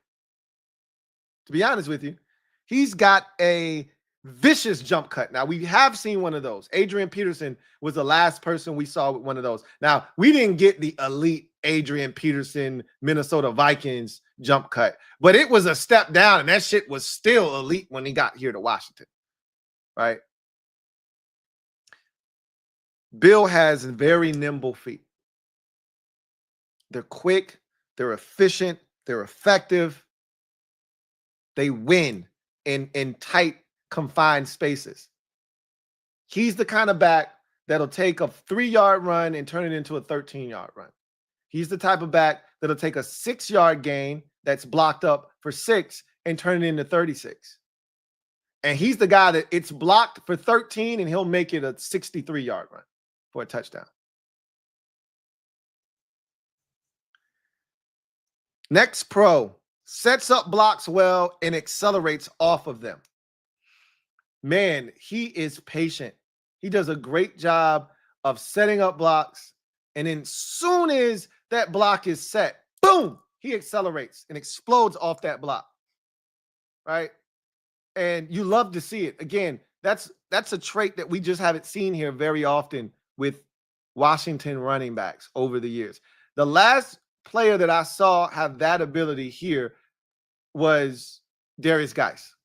Unfortunately, that didn't last very long. But Geis did a great job of setting up blocks and then taking off as soon as that block was made, right?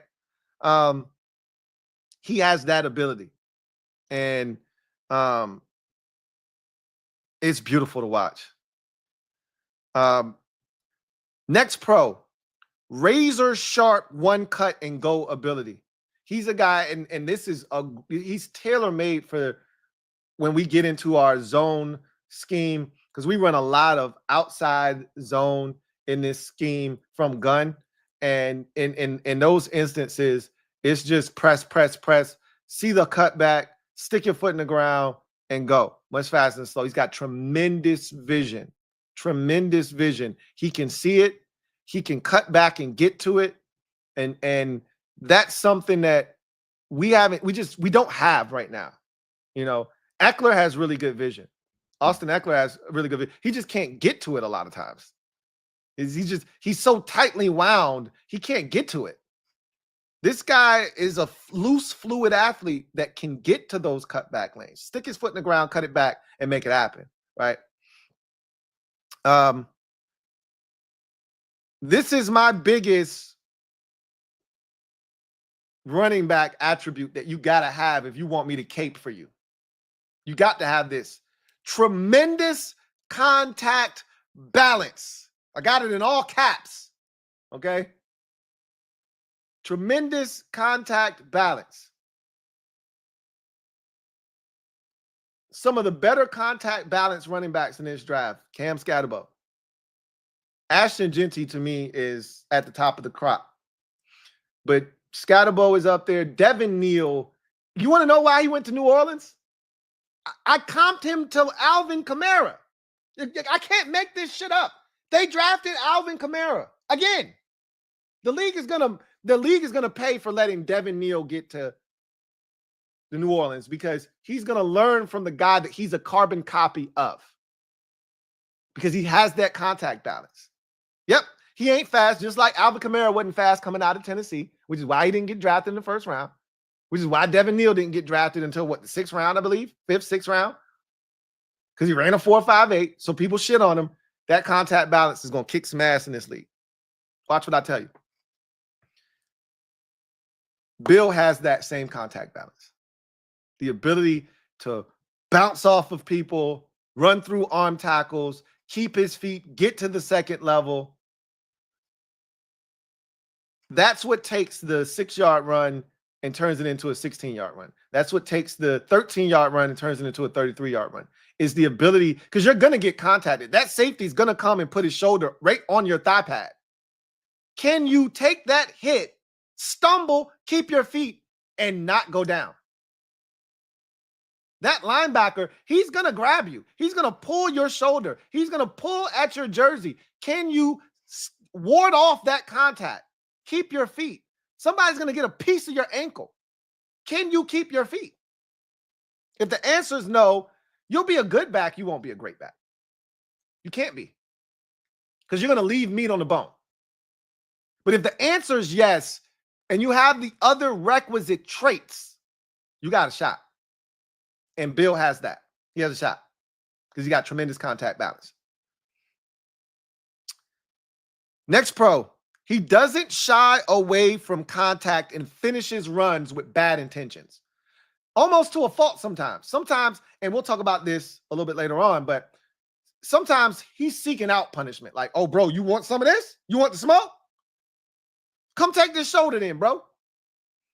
And you're like, you probably could have tried to juke him, Bill. But he ain't afraid of contact. He'll lower the boom. He'll run through arm tackle. And a lot of times when you see Ja'Cory Crosky-Merritt finish a run, it's finishing falling forward. Last pro, he finished with over 547 career carries over his 5 years in college. Only 2 fumbles. Both coming in 2023. Over 543 carries, 47 carries. Only 2 fumbles in his career. So he takes care of the football. Cons. Hasn't shown pass game prowess throughout his career. Now, again, does that mean he can't? No. but he really hasn't shown the ability to hurt you out of the backfield as a pass catcher. And that may be something that he's just not adept at. I personally think he can catch the football. Now, is he going to be a guy that's out here running wheel routes up the sideline and out here splitting out wide and running slants against, backers and running Texas routes down inside the 10-yard line on 3rd down and goal from the 7 and winning and scoring a touchdown? No, I don't know if that'll ever be him. I'm not sure, right? I can't attest to that because I didn't see it. And the numbers don't support that he can be a guy that you can lean on in that regard. So right now, that's a facet of his game that he's going to probably look to improve upon as a pro. Sticking with that, pass protection will need work. But again, you can say that about 80% of the backs that get drafted into the NFL. A lot of them aren't asked to be pass protectors. A lot of them are decoys. A lot of them get out into the route. And so all I care about is, are you willing? And he's willing. You see instances where he's willing to put his face mask or cut a guy or put his face mask right in the chest of a defender. So he's willing, but he'll need work in that aspect, which most guys do coming out of college. This is, to me, his biggest con. Could be more creative in open space. For as good of a creator as he is in tight, confined spaces around the line of scrimmage, he lacks that same creativity and the ability to, or the want to, make people miss out in space. He'd rather try to run you over. He's not as shifty. He's not like, I don't know if it's just instinctual when there are bodies around. Oh shit, I got to jump this way, jump cut this way, and then find my way out of this traffic. When it's just one-on-one, I'm like, bro, make him miss. Finish the job. You did all of that to get out into space, and now there's a safety out there, and you want to now lower your shoulder and run him over. Make him miss. So that's the only thing I would say is, like, if he could get to that 3rd level, that final level of defenders, and instead of trying to take that guy on, find a way to make him miss, we could have something truly special here, right? And then the last con is he's 24 years old. I mean, for some people that matters. Not to me, but for some people, that might be an issue. Again, I don't give a shit. It doesn't make me one bit of difference. He could be 26 years old as a 3rd-year player kicking your ass. That's all I care about. I don't care about. Nobody's going to be asking on Sunday, how old is he? Don't care. But this is a guy that I'm extremely excited about. Extremely excited about. I can't see a way in which he's not starting at some point this year or next year. Like, based off of what we see this year from him, you don't need to take a running back in this form next year. Maybe you need to take a new Austin Eckler next year. Sure, knock yourself out.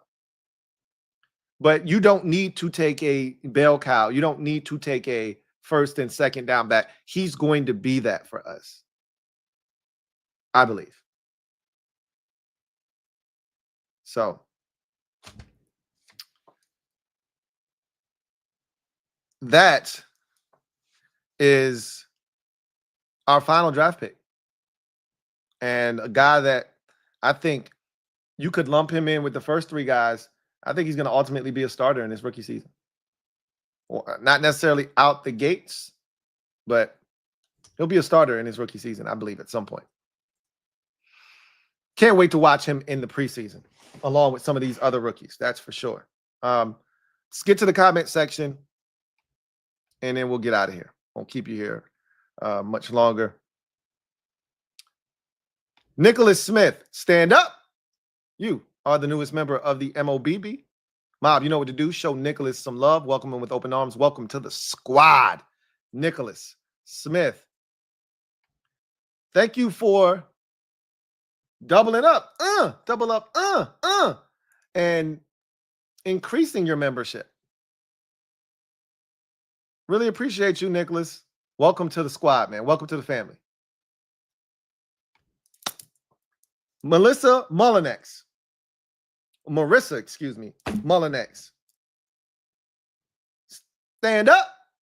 You are now the newest member of the MOBB mob. You know what to do. Show Marissa Mullinex some love. Welcome her with open arms. Welcome to the squad, Marissa Mullinex.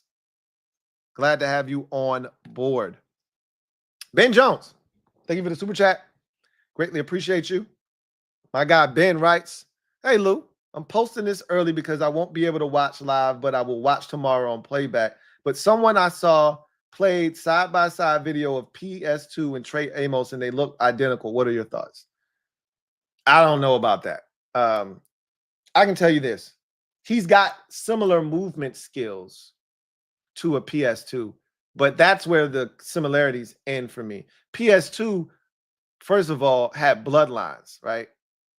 Like, his daddy played ball. He knew how to play football. He trusted his eyes. He had instincts. He had experience. He was ready to go right out of the packaging, right? We talk about the difference between a guy that is ready to go right out of the packaging, no batteries necessary. Those are included. No assembly required. You just open it up, turn the on switch on, and let him go.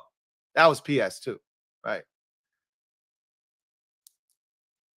So Trey Amos is going to require a little assembly. I think the batteries are already included, but he's going to require a little assembly. All right. Better vision, eye discipline, maybe a little bit better tackling because PS2 will tackle, right? Maybe a little bit better tackling, right? So maybe you got to attach some metal on his arms or something to make him a little bit more physically imposing there, right? But he's got a chance to be really good. I wouldn't compare him to a guy like PS2, though. Not right now. That's why I went with more of a second round guy that he really reminds me of in Tyson Campbell, because Tyson Campbell was somewhat raw coming out of Georgia. But you saw the attributes and the traits, and you saw what he could be. But there wasn't a ton of ball production, and you saw him do it in the SEC, so you knew he could, but you just wanted to see it at the NFL level, and he's really acquitted himself well in the NFL. I think that could be Trey Amos. But keep in mind, Tyson Campbell's a really good corner. He ain't one of the best. He ain't like a top 5 corner in this league. PS2 is either 1 or 2 in the league. I'm a Derek Stingley Jr. guy personally myself. But if it ain't Derek Stingley, it's PS2 in terms of the best corners in football right now, if you ask me. So I wouldn't put him in that breath yet. No, I wouldn't do that. Christopher McLaughlin, thank you for the super chat. Greatly appreciate you. My guy, C-Mac, thank you for the super chat. And thank you for being a member of the MOBB. Chris writes, hey, Lou.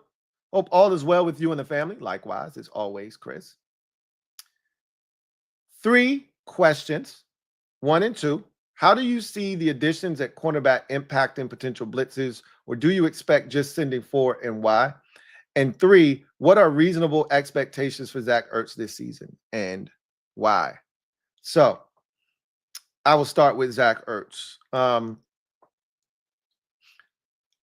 I don't anticipate Zach Ertz running back what he did last year. I mean, he was so good for us last year, and I think he can be. This is the thing, and I don't even really want to bring it up, but I'll just say this. Can he play 17 games again in the regular season? Can he play all 17? That man played in 20 games last year. He's never played more than 14 in a season, I don't think. Maybe he played 16 once. I believe he's probably never played more than like 14, 15, 16 at most in a season. That man played in 20 games. Maybe the Super Bowl year, he played in every game. Maybe. But for the Eagles. But at this age, I didn't anticipate that. He was so good, and I don't see why he still won't be good. Because look, what he has and what he can do, that ain't got nothing to do with athleticism at this point. This is all know-how. He knows how to get open. He knows how to set dudes up. He knows how to separate. He knows how to find a soft spot. So, like, his game is gonna it's gonna continue to be solid, right? I won't say it'll age like fine wine, but it'll continue to be solid. So, is he capable of doing what he did last year? Sure, but I can't imagine him posting those numbers again. The touchdowns, all of the catches, the yards, and there's gonna now. In my mind, I'm like, we had the ball a ton last year. We ran I would say we ran the most offensive snaps of any team in the league. We by a mile ran the most no huddle snaps of any team in the league. So there was more opportunities, and we didn't have a lot of weapons. Remember, he was our second leading receiver last season. I just, with Debo coming into the fold, adding a Jalen Lane, expecting Luke McCaffrey to take a step. The run game may be a little bit more prolific. I just assume that it'll be less opportunities for him. He may still be a massive part of the offense, specifically in the red zone, which is what they initially brought him here for. But I can't imagine him having the same type of massive impact from a pass catcher standpoint, like with the volume is what I'm referring to. I still think he could have a massive impact in the red zone and on like critical downs where Jaden's looking for him because there's a rapport there. As far as the cornerback position and the upgrades and what that does for blitzes, yes, I do see more potential because I think they want to blitz a guy like Mikey off the edge because you saw that from Mikey in college at the University of Michigan, where they were able to do more with him because he was down around the line of scrimmage.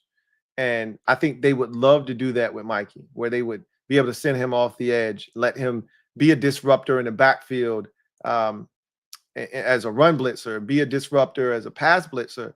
So I do think you're going to see a little bit more aggressiveness now that you feel good about your corners on the outside. And you still have Jonathan Jones as well and Noah Igbenogany as, alternatives. So I do think there's variety in what you can do. I think you're still going to see mostly four-man pressures, like more simulated blitzes like we talked about, where it looks like they're coming with more guys, but it's actually just still four. It's just being creative and doing it. I think you can be a little bit more creative now. We'll see if that happens or not. David, thank you for the super chat. Greatly appreciate you. David writes, would Breeland start in this secondary? No, I don't think he would, for the simple fact that you just drafted a guy and you have Marshawn Lattimore. Would Breeland have started before this draft? Yes, he would have. Absolutely. But, Breeland is not a nickel. So right now, Breeland is it would have been another boundary corner. And I'm not saying you don't need any more boundary corners, but you're good at boundary right now. Right? You're good. With the versatility of Jonathan Jones, Mikey Sainristil, and to a lesser degree, Noah Igbenogany, all three of those dudes can also play outside if need be in a pinch. So I think you're good. I don't think Breeland would start on this roster now as constructed. Had he been here before, had prime Bashaud Breeland been here prior to the draft, I don't know if they attack corner. They might feel good about what they have, But with this group, no, I don't think he would have started.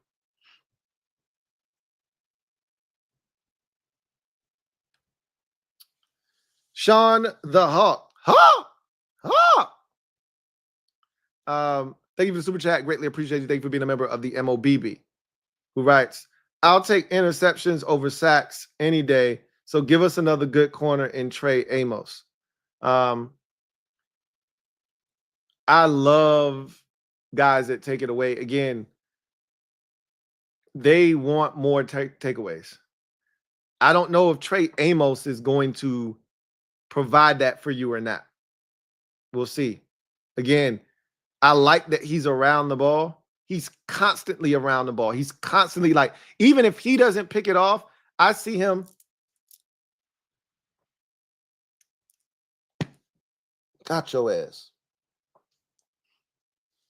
I see him as a guy that he'll bat a slant up in the air and it'll get picked off by a linebacker. Like it'll get picked off by Frankie Louie, or it'll get picked off by a defensive lineman. I see him doing that, right? Where he may not actually catch the interception himself, but he'll bat it to somebody else. I could see him. You remember when we played the Texans a few years back, and I want to say it was Kendall Fuller who batted the ball in the air, and then Defoe caught the pick. I want to say, I could be mixing up people, but somebody batted in the air and got picked off down the field against the Texans. I could see it being something like that, where he is constantly around the ball, and even if he's not making a play, he's setting it up for somebody else to make the play. I think there's a chance for more interceptions because of him just being physical at the point of catch. But until we generate more turnovers, I don't believe it. Because I still like forcing turnovers is a mentality. Trey Amos don't necessarily have that mentality, right? Like Will Johnson is trying to take it away. Maxwell Hairston is looking to take it away. Like they want to jump some shit. Trey Amos ain't really trying to jump nothing as much as he is, I'm going to just be there when that ball get there. Those guys are trying to beat the football there so they can take that bitch and run it the other way. And that's trusting your eyes, which he doesn't do the best job at, or he's at least inconsistent at best at that right now. As time comes, he might be able to, as time passes and he gets better and he continues to grow, he might get better at that. But we all want turnovers. We all want turnovers.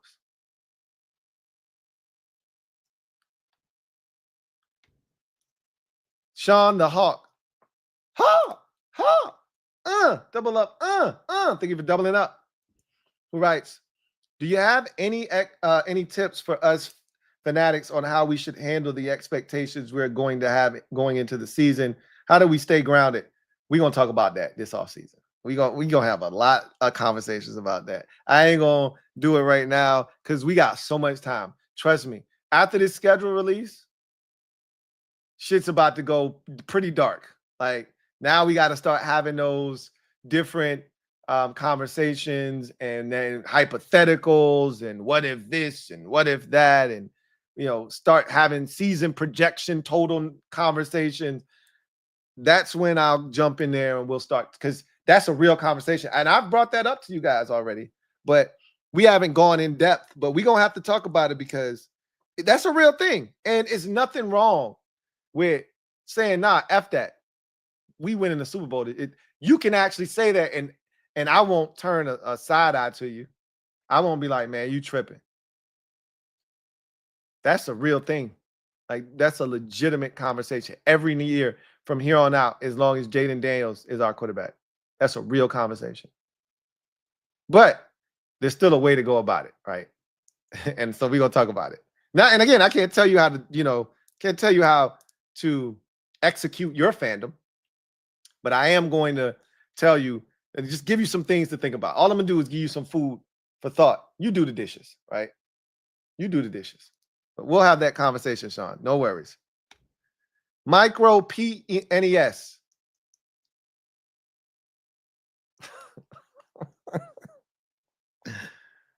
Thank you for the super chat. Greatly appreciate you. I think I know what that was supposed to be. Y'all, I can't with some of y'all.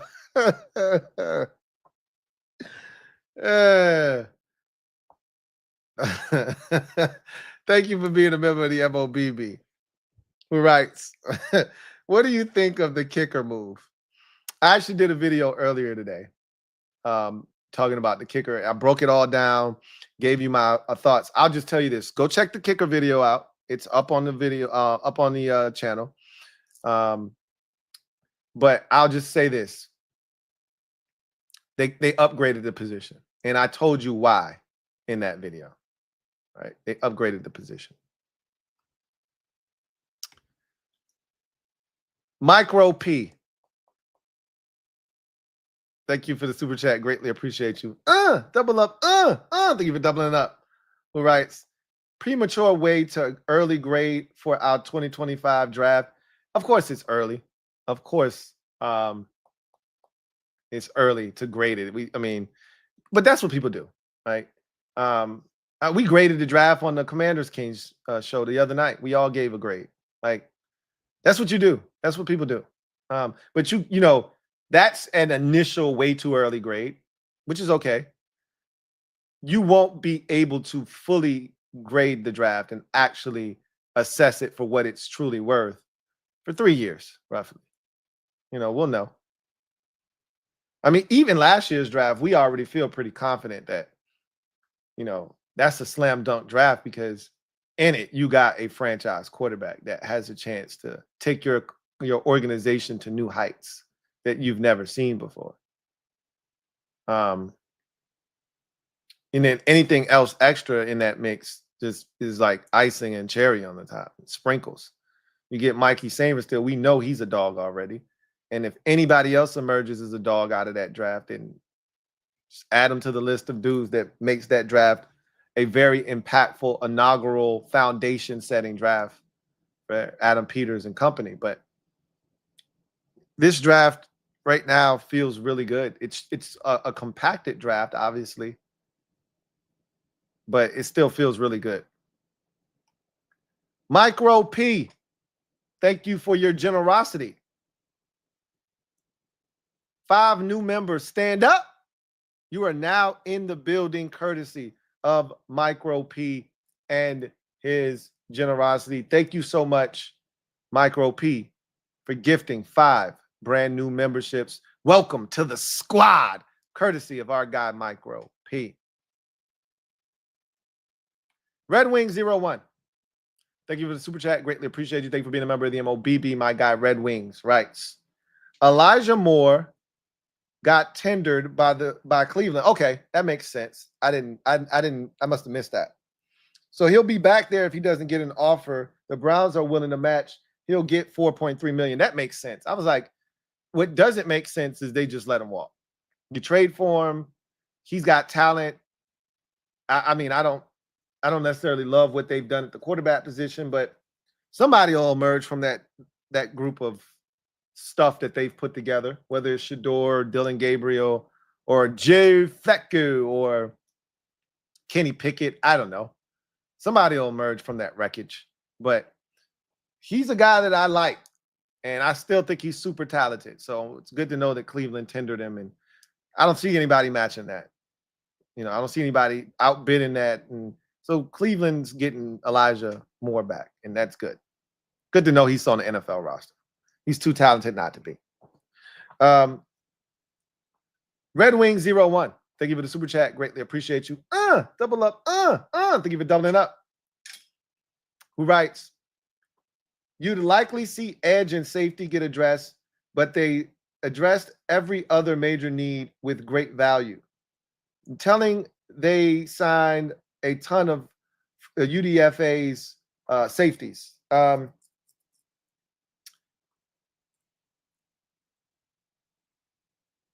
We talked about the activity and the heat and the smoke that was around safety prior to the draft, right? So I said that you guys should be on the lookout for a safety. Now, I didn't know if they would draft one. It felt like they were looking for either a late round gem or someone undrafted, right? A lot of the guys that they were talking to that they were working out were all guys that I didn't think would be drafted.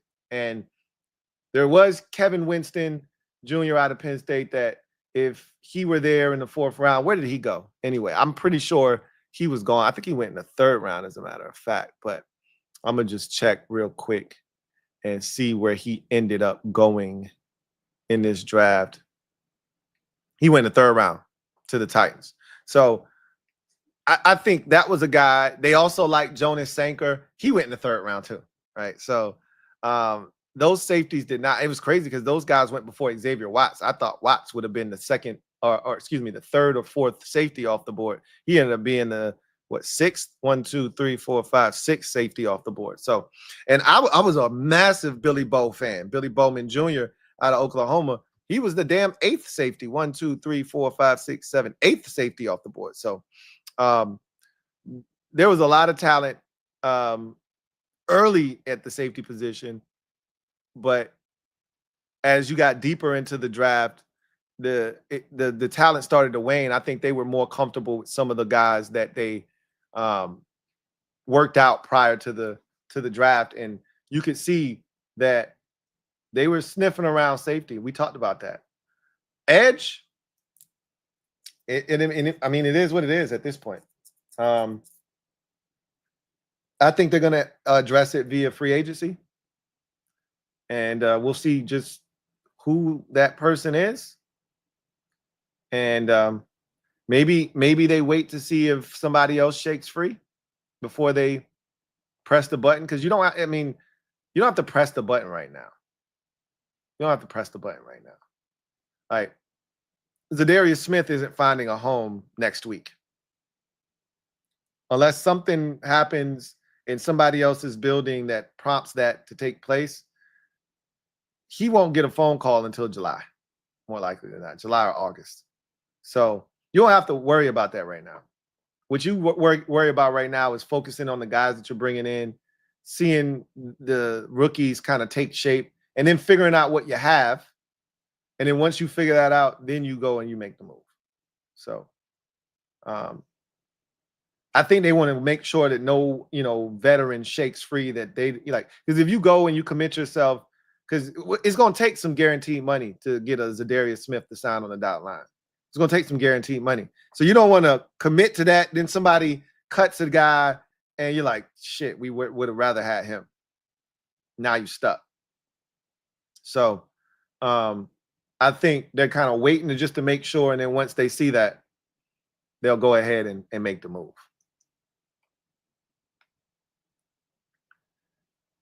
Red Wings 01, thank you for the super chat. Greatly appreciate you.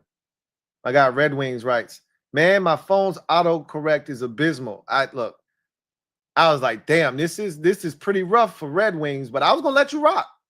I wasn't gonna say anything. Anyway, off the top of your head, which teams do you think had the best draft? I don't think anyone did poorly. I haven't looked at all the drafts. I've looked at some of them. Not all of them, but there are. I mean, I thought the entire NFC East drafted really well. I thought the Chargers had a really strong draft. I thought that there were teams that did some really good things. I got to go back and look. Like in the moment, it felt like it felt like the Patriots and the Titans did well. But again, I got to see it because I might just be reacting to 2 or 3 of their picks, and then the rest of their draft, I might not like it. So I got to actually look at some of these teams' drafts. I think I like what the Raiders did. I didn't love the pick necessarily because I wasn't the biggest Jack Besh fan, especially where they took him. And they needed a number one. They did not. He is not a number one receiver. So I didn't necessarily love that pick. And they took him relatively early in the 2nd round. Not that somebody else wasn't going to, but they needed to be drafting for upside and somebody that could come in and attempt to be a 1. But this to me, this was a draft full of guys that are probably going to be more than likely number 2 receivers. But they didn't even attempt to find a 1. They just were cool with drafting another 2. They already got a 2. A really damn good one in Jacoby Myers, but a 2 nonetheless. So, but I thought the Raiders draft was pretty strong, man. I actually, love what they did. They got the tackle that I loved out of William and Mary. But again, like there's certain teams that I've already looked at their draft. My buddy's a Raiders fan, so we already talked about their draft. I've looked at the NFC East drafts already. I've looked at a couple of teams, but I need to really go through every team's draft with a fine-tooth comb before I can say which drafts I liked or not. But I'll be doing that on the podcast tomorrow. We'll probably go through either all of the drafts or I'll start picking them down one division at a time and really going through them in depthly. I'll probably just go through all the divisions at once and just knock it out and be done with it. So if I decide to do that, it'll probably be tomorrow night because I can't get that podcast off in a short amount of time if I'm going to do that. I think I agree with you though. Right now I don't feel like anybody like butchered the draft. Maybe the Browns kind of were a little bit crazy, but if one of the quarterbacks turn out to be really good and all is well that ends well, but drafted Dylan Gabriel before Shedeur Sanders is nasty work. So Micro P, thank you for the super chat. Greatly appreciate you. Who writes, has your grade changed after further evaluation? No, I felt like, so I had already done work on every player except for Kane Medrano before we selected him. I knew of Medrano because I watched the combine. I saw what he did at the combine. I knew of him because of his athletic exploits. And I had already watched a little bit of Carson Schlesinger, but more importantly, I had watched a number of games featuring Olafemi Oladejo. So I had already run into Kane Medrano, but I hadn't studied him. He was the only guy that I didn't know of prior to us selecting him. I had already done work on all the rest of the guys that we had drafted. So I knew what we had gotten already. I could speak candidly about every pick because I had already, pretty much broken them down. So nothing, surprises me with this draft. I had already done the work, basically. Kane Medrano was the only guy that I had to go back and intently watch. This is, to me, an A- draft. When you couple in the trades for Debo and Laramie Tunsil paying half of that price tag now, you could even, if you want, throw in Marshawn Lattimore as well, because we paid for his services through this draft as well. You add all of that stuff in, it's an A draft. I thought it was a B+ draft. You add that stuff in, it makes it an A- draft. All right. Micro P, thank you for the super chat. Greatly appreciate you. Who writes, not gonna lie, I'm nervous about edge. Do you really think they're content with what they have? Fingers crossed for a free agent, maybe a trade. D-Payne trade block. You can uncross your fingers. They're gonna add another edge rusher. They're not done. Trust me. Like literally, after the draft was done, Lance Newmark stepped to the podium and basically said, we looked at our situation, we assessed the free agents out there, and we feel good about, being able to make a move if need be, which they don't want to show their hand, but they're going to make a move, basically, is what he said. Like, we weren't going to force an edge in this draft at the expense of drafting someone with tons of talent that fits what we're trying to do, that can help us right now, just to say we got an edge rusher. That, like, you would be pissed off, and I'm not talking specifically to you, Micro. I'm just saying in general, fans would have been pissed off had we just taken an edge and he was ass, or he was a basic edge, and just so we could say we got that's a Rivera move. Just take an edge just so you can appease the fan base and say, hey, we filled this need. That's how you stay with a garbage roster.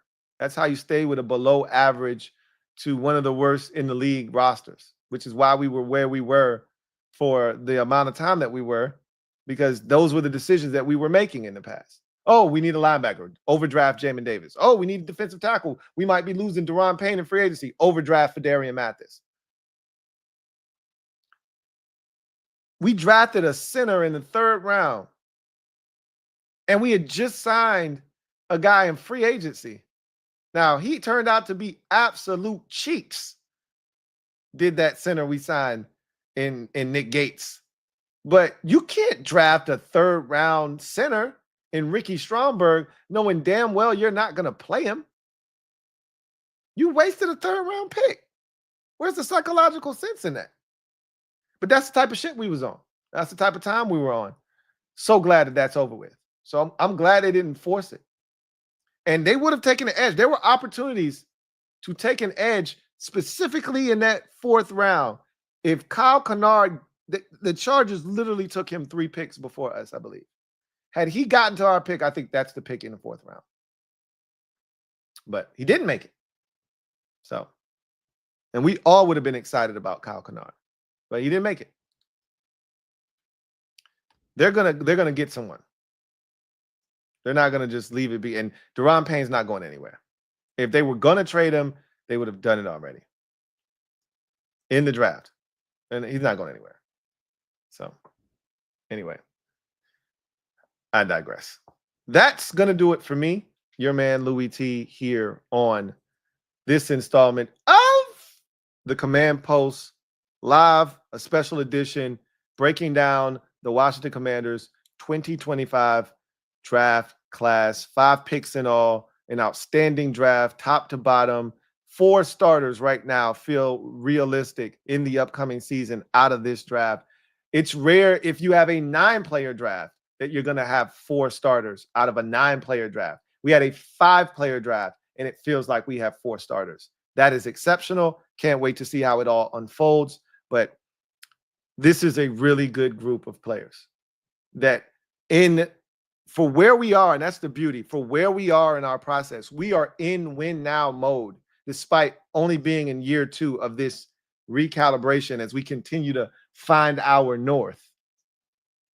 We're in win now mode based off of the success of last season and Jaden Daniels, of course.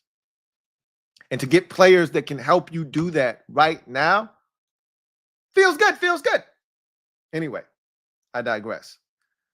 You guys, have a good one. Take care. You know what it is. Post up. Take command. Until next time, you guys, have a good one. I'm gone.